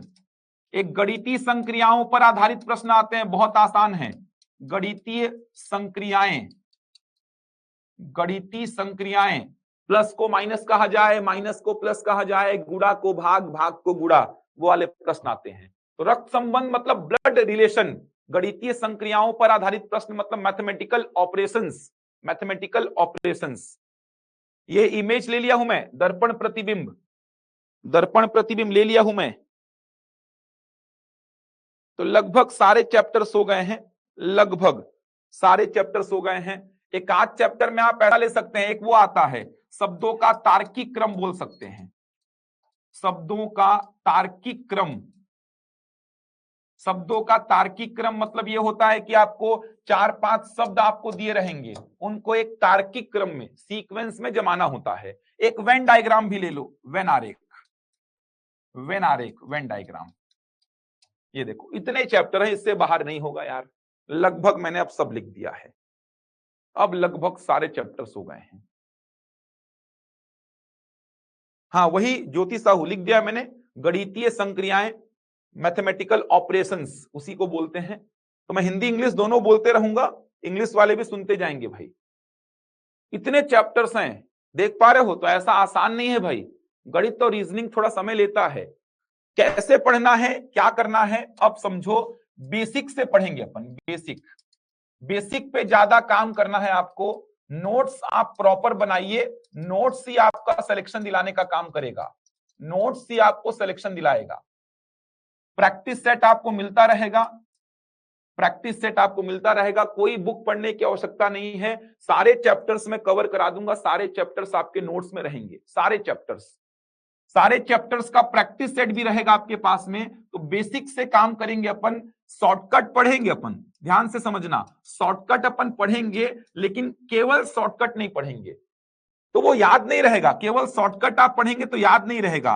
बेसिक सीखेंगे, यहां से आप शॉर्टकट निकालेंगे, बेसिक सीखने के बाद आप शॉर्टकट निकालेंगे, बेसिक के बाद, समझ आ रहा है? बेसिक के बाद आप शॉर्टकट निकालेंगे।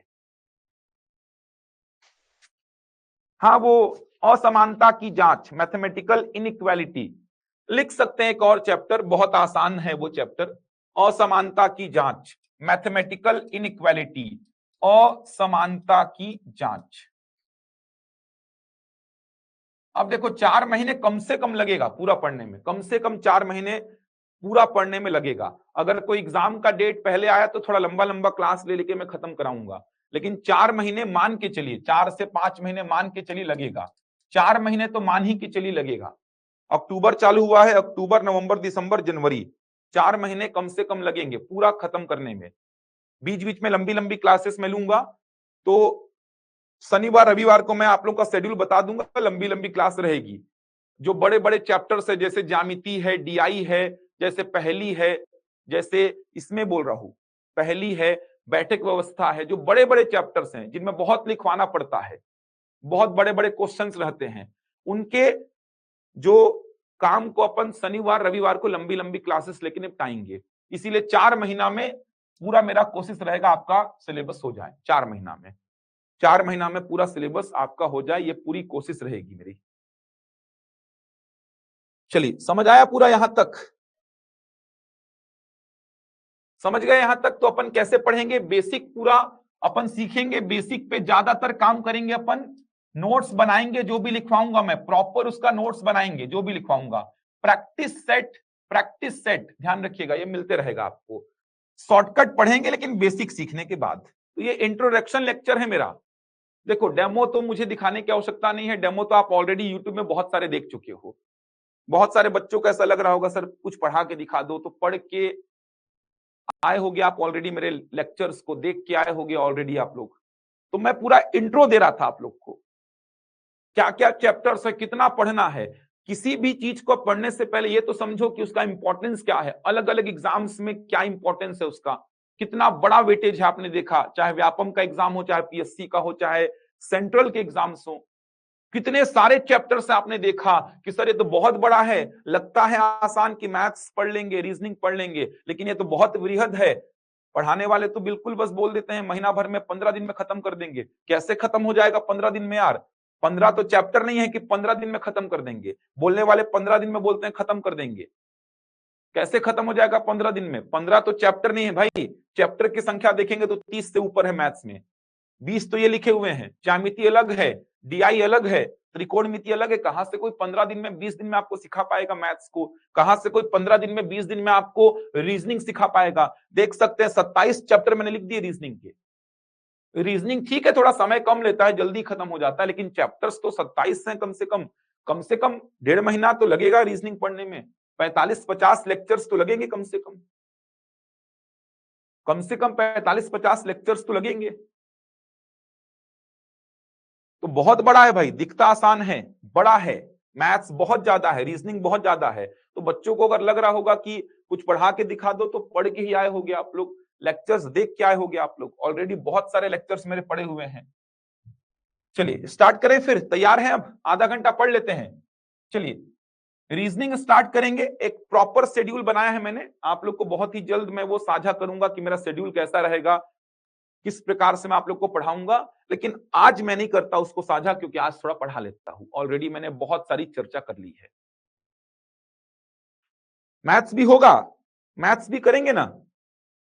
सप्ताह में मेरा ये पूरा का पूरा ऐसा उद्देश्य है कि लगभग सप्ताह में 5 घंटे आपको मैथ्स मिल जाए और 5 घंटे रीजनिंग सप्ताह में, एक सप्ताह में। जबकि ज्यामिति वाला सेक्शन, डीआई वाला सेक्शन तो अलग से लूंगा मैं। उसके अलावा मेरा पूरा ये उद्देश्य है, पूरा ये मैंने लक्ष्य रखा है कि 5 घंटे आपको मैथ्स मिल जाए सप्ताह में और 5 घंटे आपको रीजनिंग मिल जाए। और संडे वाला क्लास अलग रहेगा, जो बड़ा क्लास बोल रहा हूं कि ज्यामिति का, डीआई का, वो अलग रहेगा।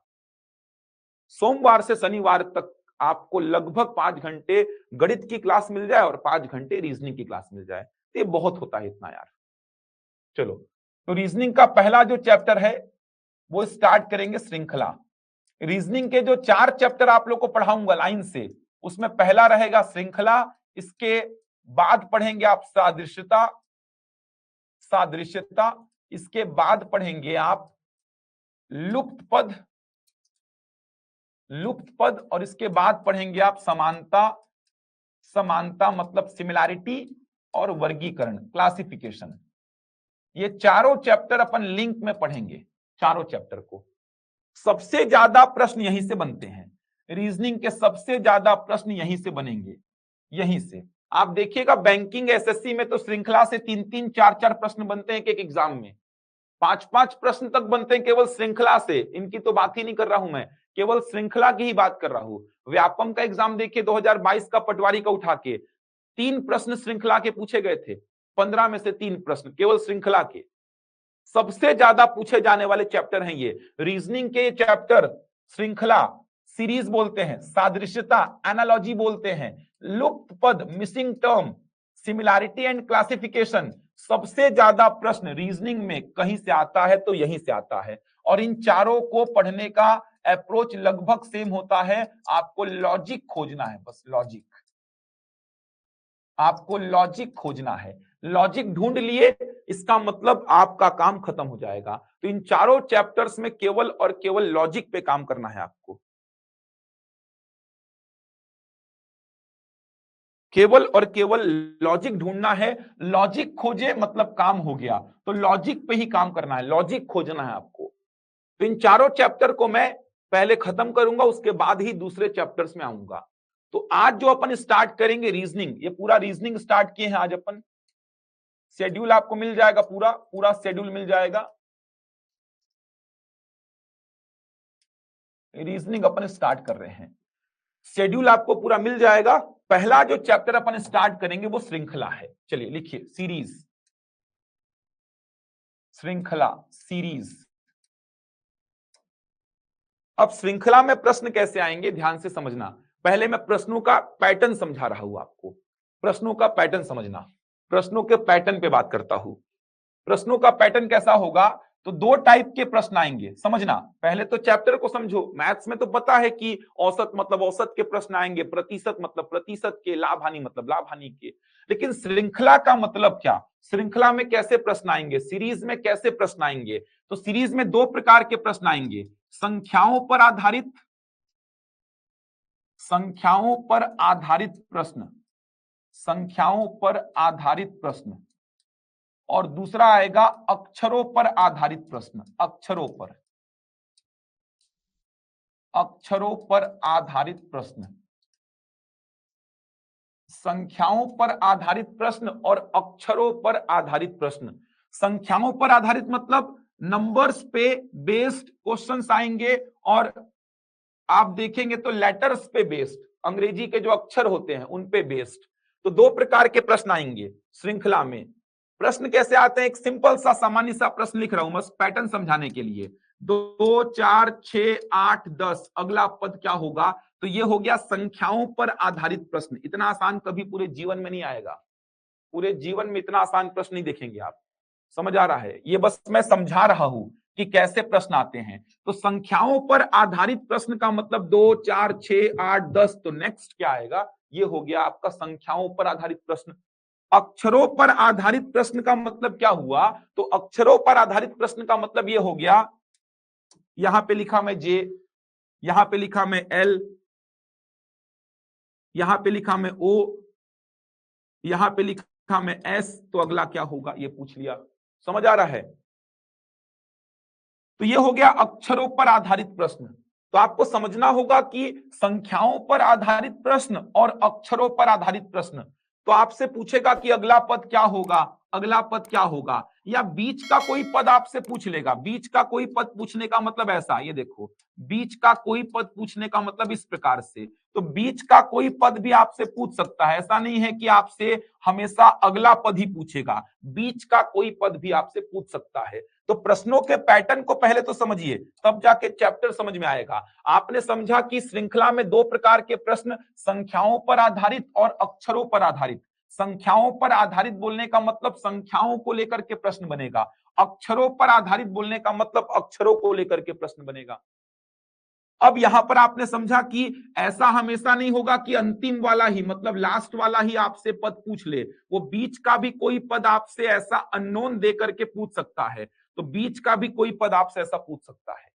इसके अलावा ऑड वन आउट, मतलब कि आपको गलत को पहचानो, श्रृंखला का ही एक और टाइप आता है, गलत को पहचान, ऐसा प्रश्न आएगा। गलत को पहचान भाई, ऐसा प्रश्न आएगा। गलत को पहचानो वाला प्रश्न का मतलब क्या हुआ, जैसे एक श्रृंखला लिख दिया, ये देखिए एक श्रृंखला ऐसा लिख दिया, ये एक श्रृंखला है, ऑड वन आउट बोलते हैं इसको, मतलब इसमें गलत कौन है उसको छाटो, गलत कौन है। तो ये भी श्रृंखला का ही प्रश्न है।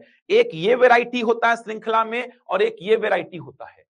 इसमें गलत कौन है उसको छाटना है आपको। 2 4 7 8 10 12, तो इसमें कौन सा पद गलत है ये छाटो। तो मैं पैटर्न को समझा रहा हूं, गलत को पहचानो। तो ये भी श्रृंखला का ही प्रश्न है, ये भी श्रृंखला का ही प्रश्न है। अच्छा, इसमें आ सकता है, देखो जे एल, यहां पे मान लो दे दिया पी, यहां पे एस, कुछ भी दे देगा, मान लो यहां पे एक्स बोल देगा, गलत को पहचानो। तो गलत को पहचानो वाला जो प्रश्न आता है ना, वो भी कहीं ना कहीं आप देखेंगे तो, कहीं ना कहीं आप देखेंगे तो श्रृंखला का ही प्रश्न है। ये भी श्रृंखला के प्रश्न है, ये भी श्रृंखला के प्रश्न है। तो श्रृंखला में दो प्रकार के प्रश्न बनेंगे, एक होगा संख्याओं पर आधारित और एक होगा अक्षरों पर आधारित। संख्याओं पर आधारित प्रश्न मतलब कि संख्याओं को लेकर के प्रश्न बनेगा, ये देखो संख्याओं को लेकर के प्रश्न बनेगा। अक्षरों पर आधारित बोलने का मतलब अक्षरों को लेकर के प्रश्न बनेगा। वो दो दो अक्षरों को लेकर के भी प्रश्न बना सकता है, तीन तीन अक्षरों को लेकर के भी प्रश्न बना सकता है। मैंने बस ये बोला कि संख्याओं का मतलब संख्याओं को यूज करेगा, अक्षरों का मतलब अक्षरों को यूज करेगा। ऑड वन आउट मतलब गलत को पहचानो, ये प्रश्न भी बनता है। ऐसा एक सीरीज लिख देगा, बोलेगा गलत पद कौन सा है। एक सीक्वेंस से, एक लॉजिक से सीरीज आगे बढ़ रही है, आपको गलत पद को छांटना है, गलत पद को छांटना है। जल्दी से कमेंट करो, समझ आया प्रश्नों का पैटर्न कैसा कैसा मिलने वाला है। तो एक रूपरेखा बन रही है श्रृंखला चैप्टर की, समझ आया भाई। एक रूपरेखा बना रहे हैं अपन, श्रृंखला चैप्टर की एक रूपरेखा अपन बना रहे हैं कि क्या क्या आगे चल के मिलने वाला है आपको। यहां तक समझ आया, जल्दी से बताइए। तो पहले अपन संख्याओं पर आधारित प्रश्नों को डील करेंगे भाई। इसके लिए बहुत कुछ याद कराऊंगा आपको। अक्षरों पर आधारित प्रश्नों के लिए तो बहुत कुछ याद कराऊंगा, बहुत कुछ ऐसा ट्रिक बता बता के याद कराऊंगा। पूरा अंग्रेजी वर्णमाला रटा होना चाहिए, पूरा उनके प्लेस वैल्यू के साथ, उनके अपोजिट वैल्यू के साथ, उनकी खासियत के साथ ऐसा रटा होना चाहिए। तो इस पे आऊंगा तो बहुत सारा काम कराऊंगा। पहले बहुत सारी चीजें याद करके आने बोलूंगा आपको, एकदम रटा होना चाहिए आपको जो जो बोलूंगा, तभी तो काम करने में मजा आएगा। तो अभी जो अपन काम स्टार्ट करेंगे वो करेंगे संख्याओं पर आधारित प्रश्न। ऐसे प्रश्न भी देखेंगे और ऐसे प्रश्नों को भी देखेंगे। चलो संख्याओं पर आधारित प्रश्न देखेंगे अपन। संख्याओं पर आधारित प्रश्न, संख्याओं पर आधारित प्रश्न। अब देखो संख्याओं पर आधारित प्रश्न, इसके लिए कुछ बेसिक बातें अगर आप याद रखेंगे तो बहुत अच्छी बात है। आपको बेसिक बातें अगर याद है तो बहुत अच्छी बात रहेंगी। बेसिक बातों में जैसे कुछ इंपॉर्टेंट संख्याएं याद हो जाए आपको, जैसे सम संख्या याद अगर है, गणित का पोर्शन है लेकिन यहां पे यूज होगा, इवन नंबर बोलते हैं। विषम संख्या आपको याद है तो बहुत अच्छी बात है। सम संख्या, विषम संख्या, इसके अलावा अभाज्य संख्या, ये सब चीजें अगर आपको पता है तो बहुत अच्छी बात है। तो गणित में इन सबको पढ़ाऊंगा मैं, फिर भी सामान्य जानकारी है, लिख देता हूं मैं। सम संख्याएं मतलब 2, 4, 6, 8, 10, ये सब पूरा गणित में लिखवाऊंगा मैं। संख्या जब पढ़ाऊंगा तो पूरा लिखवाऊंगा परिभाषा, सम संख्या की परिभाषा, विषम संख्या की परिभाषा। लेकिन सामान्य जानकारी है, ये तो पता ही होगी आप लोगों को यार, सामान्य जानकारी है। सम संख्याएं, विषम संख्याएं, अभाज्य, अभाज्य मतलब जो किसी से ना भाग जाता है, जो किसी से भाग ना जाए वो अभाज्य। तो अगर याद है तो बहुत अच्छी बात है। सामान्य जानकारी लिखा हूं मैं, ये सब की आवश्यकता पड़ेगी लॉजिक को खोजने में। लॉजिक ढूंढना है तो लॉजिक को ढूंढने में इन सब की आवश्यकता पड़ेगी। तो जिन जिन बातों की आवश्यकता पड़ेगी वो सब मैं लिख रहा हूं। तो सम संख्या सामान्य जानकारी पता होना चाहिए, तो आपको पता होता है सम संख्या क्या होती है। विषम संख्या आपको पता होना चाहिए, तो सम संख्या 2, 4, 6, 8, 10, परिभाषा वगैरह नहीं लिखवा रहा हूं, वो गणित में लिखवाऊंगा मैं। गणित का पहला चैप्टर संख्या पद्धति, वहां पे लिखवाऊंगा। तो सम संख्या 2, 4, 6, 8, 10 ये सब, विषम संख्या 1, 3, 5, 7, 9 ये सब हो जाएगा। अभाज्य संख्या जो किसी से भाग ना जाए, 2, 3, 5, 7, 11, 13, एक अभाज्य में नहीं आता, याद रखेंगे भाई। इसके अलावा आपको वर्ग याद हो, बहुत अच्छी बात है। वर्ग, वर्ग का मतलब स्क्वायर, ये वर्ग याद हो तो बहुत अच्छी बात है। वर्ग मतलब कम से कम 25 तक के वर्ग याद हो, कम से कम 25 तक के वर्ग अगर याद है तो बहुत अच्छी बात है। इन सब की आवश्यकता पड़ेगी भाई। अब जिन जिन बातों की आवश्यकता पड़ेगी वो सारी बातें मैं लिख रहा हूं, तो इन सारी बातों की आवश्यकता आपको पड़ेगी। ये जो मैं लिख रहा हूं ना, ये सारी बातों की आवश्यकता पड़ेगी, लिखते रहो साथ साथ में, देखना तो कितना आसान रहेगा आपके लिए। ये सारी बातें याद नहीं रहेगा तो भी बनेगा आपसे, जो अप्रोच मैं बताऊंगा उस अप्रोच से बनेगा। ये सारी बातें अगर आपको याद नहीं है ना तो भी प्रश्न को देखना, बना के छोड़ेंगे अपन। लेकिन फिर भी ये सामान्य जानकारी अगर याद रहेगी तो प्रश्न थोड़ा सा जल्दी बन जाएगा आपसे। तो 25 तक का वर्ग याद रख लेंगे तो बहुत बढ़िया हो जाएगा। 25 तक का वर्ग देखने से ही तुरंत दिखे आपको कि सर ये तो इसका वर्ग है, सर ये तो इसका वर्ग है, देखने से ही दिखना चाहिए। तो 25 तक का वर्ग आपको याद रहेगा तो बहुत बढ़िया हो जाएगा। 25 तक ही बोल रहा हूं, उसके आगे आपका मन है, उसके आगे भी अगर आपको याद है तो अच्छी बात है। 25 तक का वर्ग याद होना चाहिए। सामान्य जानकारियां जो कि श्रृंखला में काम आएंगी, सम, विषम, अभाज्य, वर्ग। इसके अलावा घन की बात करूंगा तो कम से कम 10 तक का क्यूब, बहुत सिंपल डेटा बोल रहा हूं, 10 तक का क्यूब, 1 का क्यूब 1, 2 का क्यूब 8, 3 का क्यूब 27, 4 का क्यूब 64, 5 का क्यूब 125, 6 का क्यूब 216, 7 का क्यूब 343, 8 का क्यूब 512, 9 का क्यूब 729 एंड 10 का क्यूब 1000।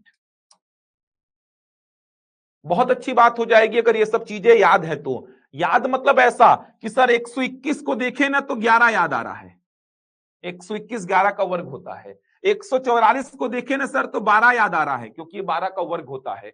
सर 343 को देखें तो 7 याद आ रहा है क्योंकि ये 7 का क्यूब होता है, इसीलिए पहले ही लिखवा रहा हूं।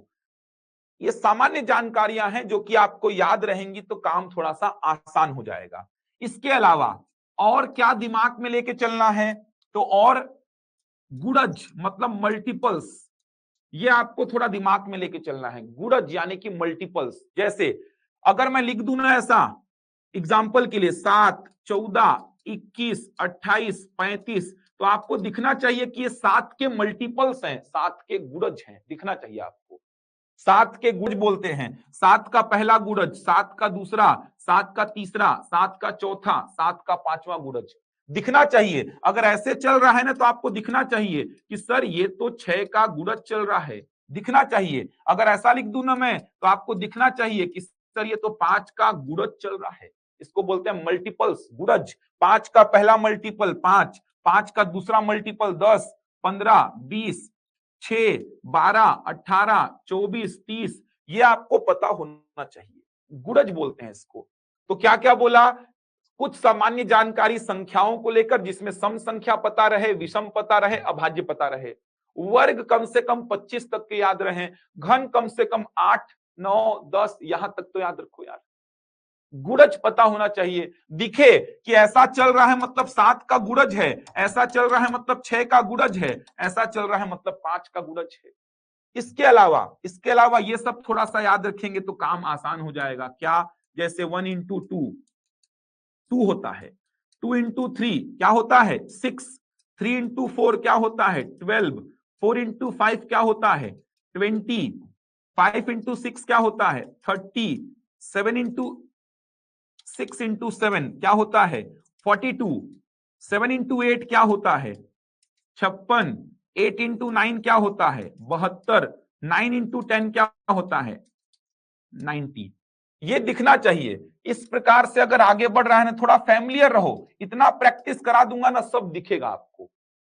1 into 2 2, 2 into 3 6, 3 into 4 12, 4 into 5 20, 5 into 6 30, 6 into 7 42, 7 into 8 56, 8 into 9 72, 9 into 10 90। ये याद रहे, ऐसा होता है, ये याद रहे। ये सब डेटा एकदम दिखेगा, देखना ना, ये सब डेटा दिखेगा आपको, एकदम क्लियर दिखेगा। इतना प्रैक्टिस हो जाएगा कि ये डेटा देखकर आपको याद आ जाएगा।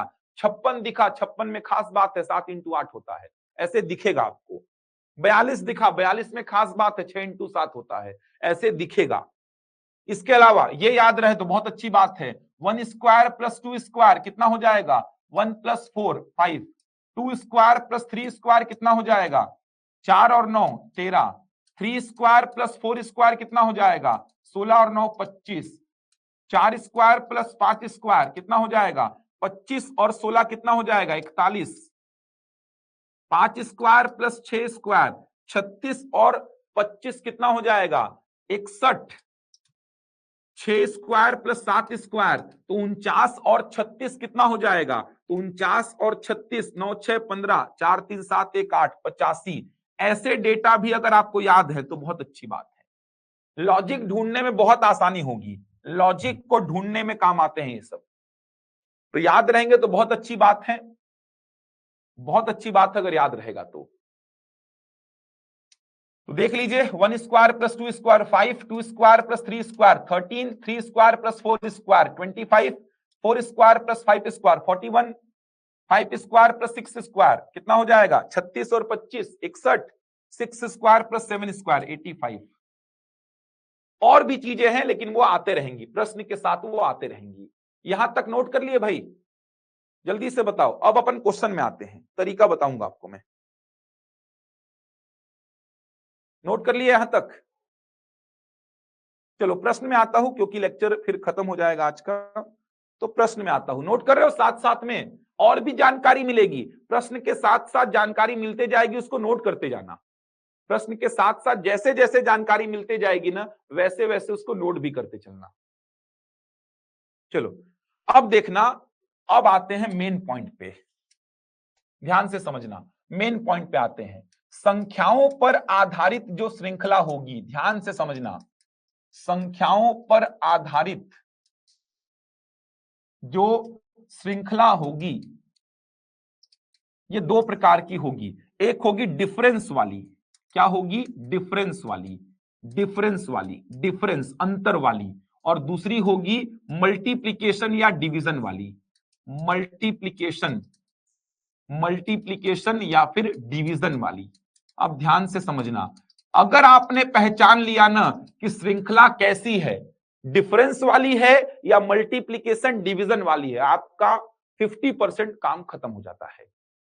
डिफरेंस वाली धीरे धीरे आगे बढ़ती है, धीरे धीरे आगे बढ़ेगी, डिफरेंस वाली धीरे धीरे आगे बढ़ेगी या धीरे धीरे पीछे जाएगी, धीरे धीरे पीछे जाएगी, धीरे धीरे पीछे जाएगी। डिफरेंस का मतलब धीरे धीरे आगे या धीरे धीरे पीछे, जबकि मल्टीप्लिकेशन डिवीजन का मतलब क्या? तेजी से, तेजी से आगे या पीछे, तेजी से आगे या पीछे, तेजी से, ये समझना होगा आपको। अगर आपने इतना पकड़ लिया ना, आपका 50% काम तो खत्म हो जाएगा। मैं बोला संख्याओं पर आधारित श्रृंखला डिफरेंस वाली होगी, मल्टीप्लिकेशन डिवीजन दो टाइप की होती है, एक होती है डिफरेंस वाली और दूसरी होती है मल्टीप्लिकेशन डिवीजन वाली। आपको पकड़ना है कौन सी श्रृंखला डिफरेंस वाली है और कौन सी श्रृंखला मल्टीप्लिकेशन डिवीजन वाली है, यही तो पकड़ना है आपको। आपने अगर पकड़ लिया ना कि डिफरेंस वाली श्रृंखला है या मल्टीप्लिकेशन डिवीजन वाली, काम खत्म। कैसे पकड़ेंगे? जनरली अंतिम के दो पद आपको बताएंगे, ध्यान से समझना, अंतिम के दो पद आपको बताते हैं, अंतिम के दो पद, अंतिम के दो पद आपको बताएंगे। अगर अंतिम के दो पदों को देखकर ही आप समझ पा रहे हैं तो सही समझे हो आप। शुरुआत साइड मत देखना, अंतिम के दो पदों को देखना, जैसे 2, 4, 6, 8, 10, 12, एक श्रृंखला ये लिखा मैं, दिख रहा है ये श्रृंखला क्या है? डिफरेंस वाली है। धीरे धीरे ग्रोथ हो रहा है, धीरे धीरे ग्रोथ हो रहा है, समझ आ रहा है? धीरे धीरे ग्रोथ हो रहा है। एक और लिखा 2, 6, 18, 54, समझ आ रहा है? तो यहां पे देख सकते हैं ग्रोथ क्या हो रहा है? तेजी से हो रहा है। देख पा रहे हो क्या बोलना चाहता हूं? यहां देखो ग्रोथ कैसा हो रहा है? धीरे धीरे हो रहा है। यहां पे ग्रोथ कैसा हो रहा है? तेजी से हो रहा है। एक बात समझो, अंतिम के दो पदों को आपने देखा, ध्यान से समझना, अंतिम के दो पदों को आपने देखा, अगर इसका 3 गुना, 2 गुना ऐसा दिखाई दिया, मतलब वो क्या है? मल्टीप्लिकेशन वाला। अंतिम के दो पदों को देखिए, 18 का 3 गुना है, मतलब कहीं ना कहीं क्या है? ये मल्टीप्लिकेशन का। यहां देखो 10 का तो ये 1 गुना भी है, 2 गुना भी नहीं हो रहा है, 1 गुना से थोड़ा ज्यादा है। तो अंतिम के दो पदों को देखकर जनरली समझ में आता है, शुरुआत साइड देखने से समझ नहीं आता है। अंतिम के दो पदों को देखकर ज्यादा अच्छा समझ में आता है। अंतिम के दो पदों को देखना, अगर 2.5 गुना, 2 गुना, 3 गुना इससे ज्यादा अगर दिख रहा है, मतलब वो श्रृंखला क्या है? मल्टीप्लिकेशन की। अगर 1 गुना, 1.5 गुना इस प्रकार का डेटा है, मतलब वो श्रृंखला क्या है? डिफरेंस वाली है। समझ आ रहा है? तेज ग्रोथ हो रहा है, धीमा धीमा ग्रोथ हो रहा है। पूरे श्रृंखला को देखकर पहचानना भाई, पूरे श्रृंखला को देखकर पहचानना। तो पूरी श्रृंखला को देखोगे तब समझ में आएगा कि वो श्रृंखला डिफरेंस वाली है या वो श्रृंखला मल्टीप्लिकेशन डिवीजन वाली है। तो आपको पूरे श्रृंखला को देखना पड़ेगा। शुरू साइड देखकर आप नहीं बता सकते कि वो श्रृंखला डिफरेंस वाली है या मल्टीप्लिकेशन डिवीजन वाली है। आपको पूरे श्रृंखला को देखना पड़ेगा। पूरे श्रृंखला को देख करके आप बता पाओगे, पूरे श्रृंखला को देखोगे ना तब आप बता पाओगे। आप अंतिम के दो पदों को देखना, अगर अंतिम के दो पदों में 2.5 गुना, 3 गुना ऐसा कुछ हो रहा है, मतलब वो मल्टीप्लिकेशन वाली है।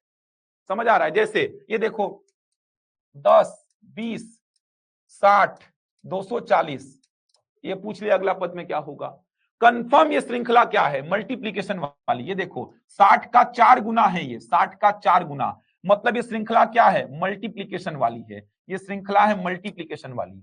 18 का 3 गुना है, मतलब ये श्रृंखला है मल्टीप्लीकेशन वाली। यहां पे देखेंगे तो 10 और 12, मतलब ये श्रृंखला क्या है, डिफरेंस वाली है।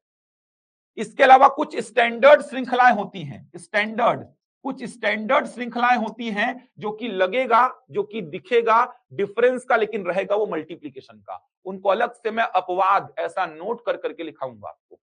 लगेगा कि वो डिफरेंस का है, लेकिन हो जाएगा किसका, मल्टीप्लीकेशन का। तो प्रैक्टिस करेंगे अपन, आपको समझ में आएगा कि कौन सी श्रृंखला डिफरेंस वाली है, कौन सी मल्टीप्लीकेशन या डिवीजन वाली है। तो मैं बोला अंतिम के दो पदों को पकड़ना, 2.5 गुना, 3 गुना, 4 गुना ऐसा दिख रहा है, मतलब वो श्रृंखला हो जाएगी मल्टीप्लीकेशन वाली। अगर इस प्रकार का दिखेगा तो वो श्रृंखला हो जाएगी डिफरेंस वाली। पहले डिफरेंस वाले पे काम करेंगे अपन, डिफरेंस वाली श्रृंखला पे काम करते हैं। डिफरेंस वाली श्रृंखला, एक प्रश्न में लेता हूं, देखना एक प्रश्न में ले रहा हूं, 3 लिया पहले में, ठीक। 10, 29, 66, 127, 218 और अगला पूछ लिया। इस श्रृंखला को देखकर क्या लगता है, इस श्रृंखला को देखकर क्या लगता है, ये श्रृंखला कौन सा है, डिफरेंस वाला। ये नहीं कि सर यहां तो 3 गुना हो गया है, केवल 2 पदों को शुरू का मत देखना, अंतिम तक आओ ना यार। देखो ना 127 का 2 गुना भी नहीं है, ये 127 का 2 गुना भी नहीं है, मतलब ये श्रृंखला क्या है, डिफरेंस वाली। मैंने क्या बोला, अंतिम के 2 पदों को पकड़ना, अगर 2.5 गुना, 3 गुना, 4 गुना, 5 गुना, 6 गुना ऐसा दिख रहा है, मतलब वो श्रृंखला मल्टीप्लीकेशन वाला है। 18 का 3 गुना है, यहां देखो 60 का 4 गुना है। तो पूरे श्रृंखला को देखना, फोकस कहां पे ज्यादा करना, तो फोकस करना लास्ट के 2 पदों को। तो लास्ट के 2 पदों को मैं फोकस किया, 18 का 3 गुना, 60 का 4 गुना, तो लास्ट के 2 पदों को मैं फोकस करूंगा। अगर 2.5 गुना, 3 गुना, 4 गुना ऐसा रहा, इसका मतलब वो श्रृंखला मल्टीप्लीकेशन का है। 2 गुने से भी कम रहेगा ना तो डिफरेंस का है। तो ये देखो क्या है, यहाँ पे 2 गुने से भी कम है। ये देखिए ये जो श्रृंखला है ना, यहाँ पे आप देख सकते हैं 2 गुने से भी कम है।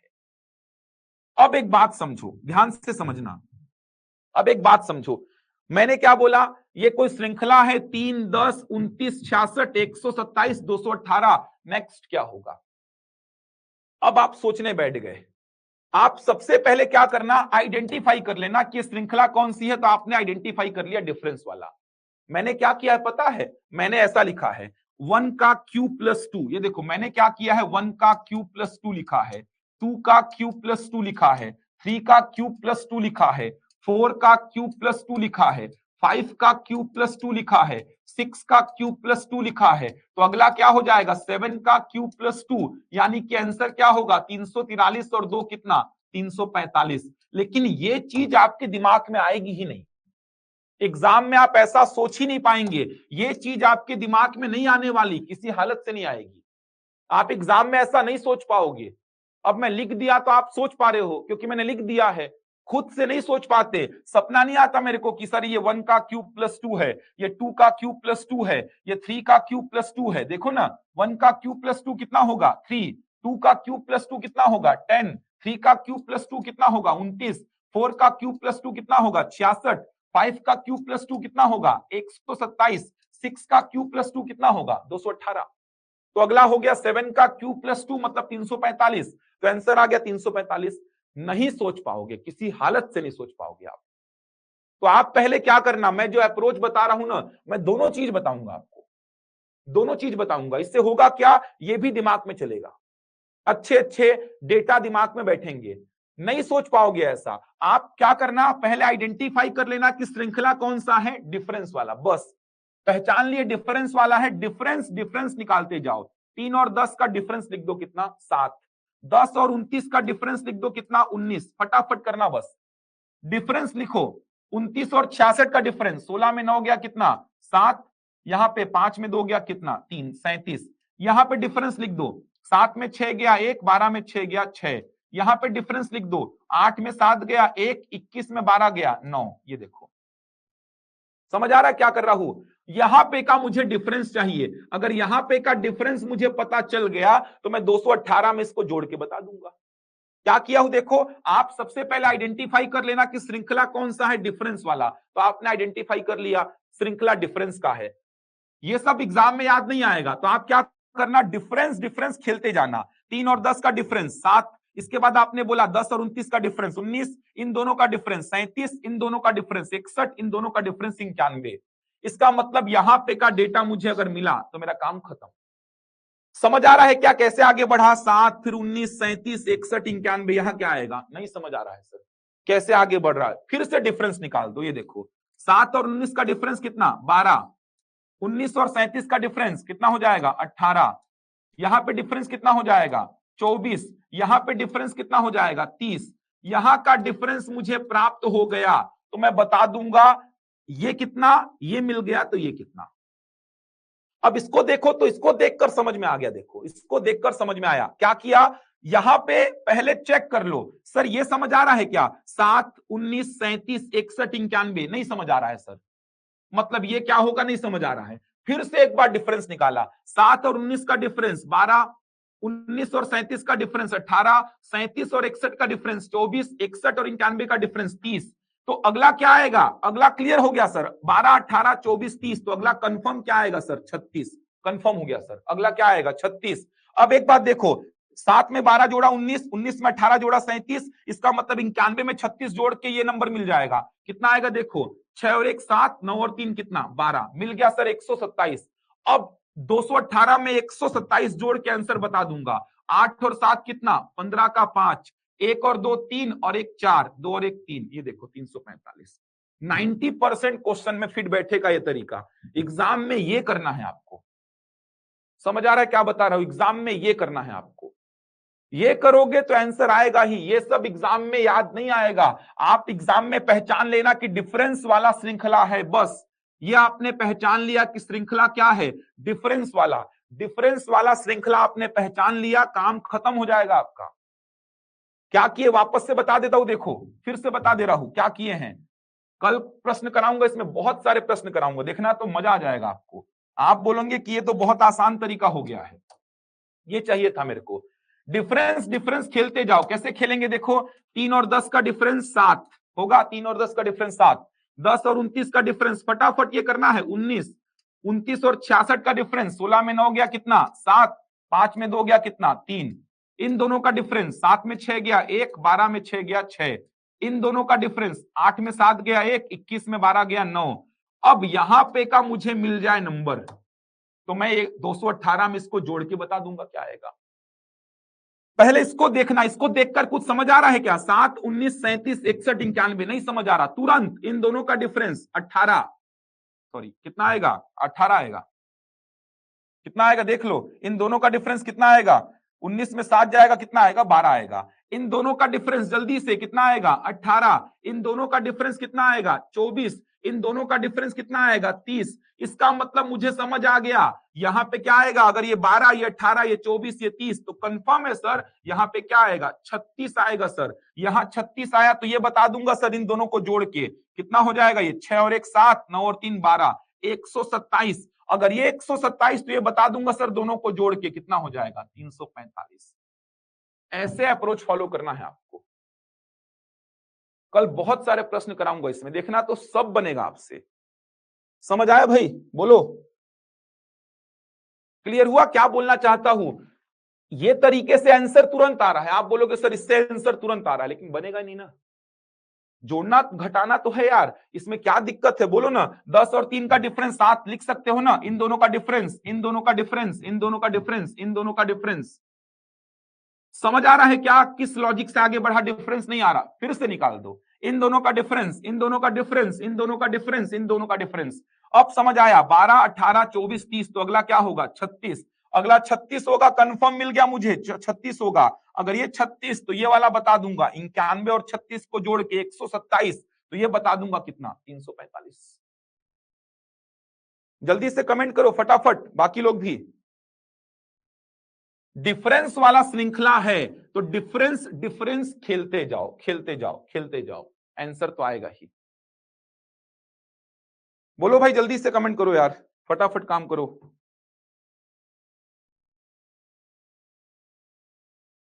बोलो कुछ डाउट है क्या। समझ आ रहा है क्या करना है? कल बहुत सारे प्रश्न कराऊंगा, तो प्रैक्टिस करने के बाद ना ये सब समझ आ जाएगा आपको कि सर ये डिफरेंस वाला श्रृंखला अब तो एकदम दिखने लगा सर, देखो ना अब दिखने लगा सर। अंतिम के दो अंकों को, अंतिम के दो संख्याओं को देखा, दोगुने से भी कम है, डिफरेंस वाला है। डिफरेंस डिफरेंस निकालो, 3 और 10 का डिफरेंस 7 आएगा, इन दोनों का डिफरेंस ऐसे लिखो ना, 3 और 10 का डिफरेंस 7, 10 और 29 का डिफरेंस, 29 और 66 का डिफरेंस, 66 और 127 का डिफरेंस, 127 और 218 का डिफरेंस। अब मुझे यहां वाला डेटा मिल जाए, ये मिला ना, ये मिला ना सर, तो मैं 218 में इसको जोड़ के आंसर बता दूंगा।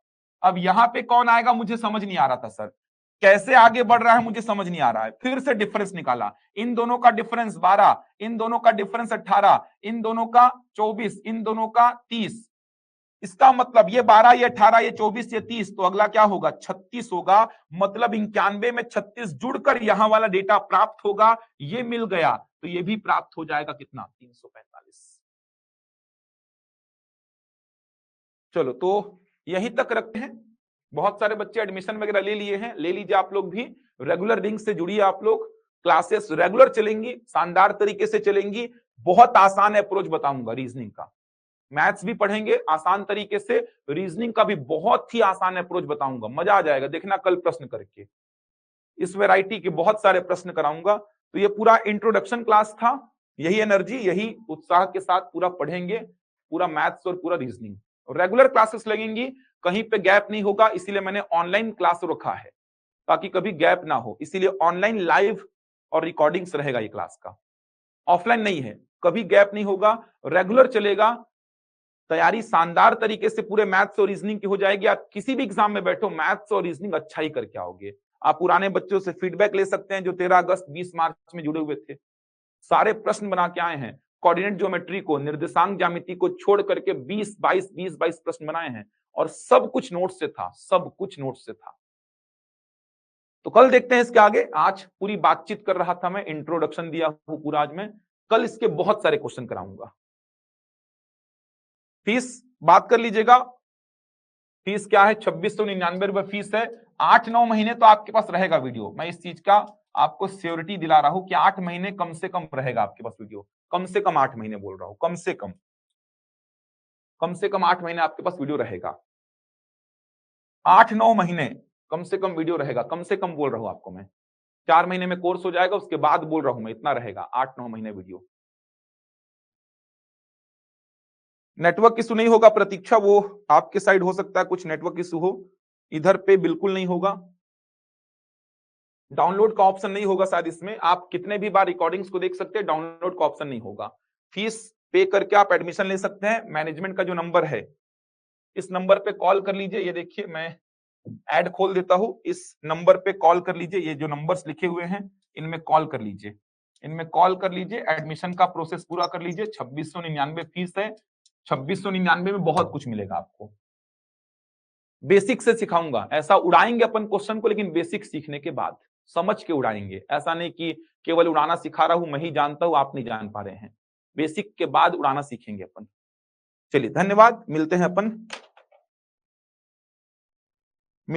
कल 4 बजे। चलिए धन्यवाद।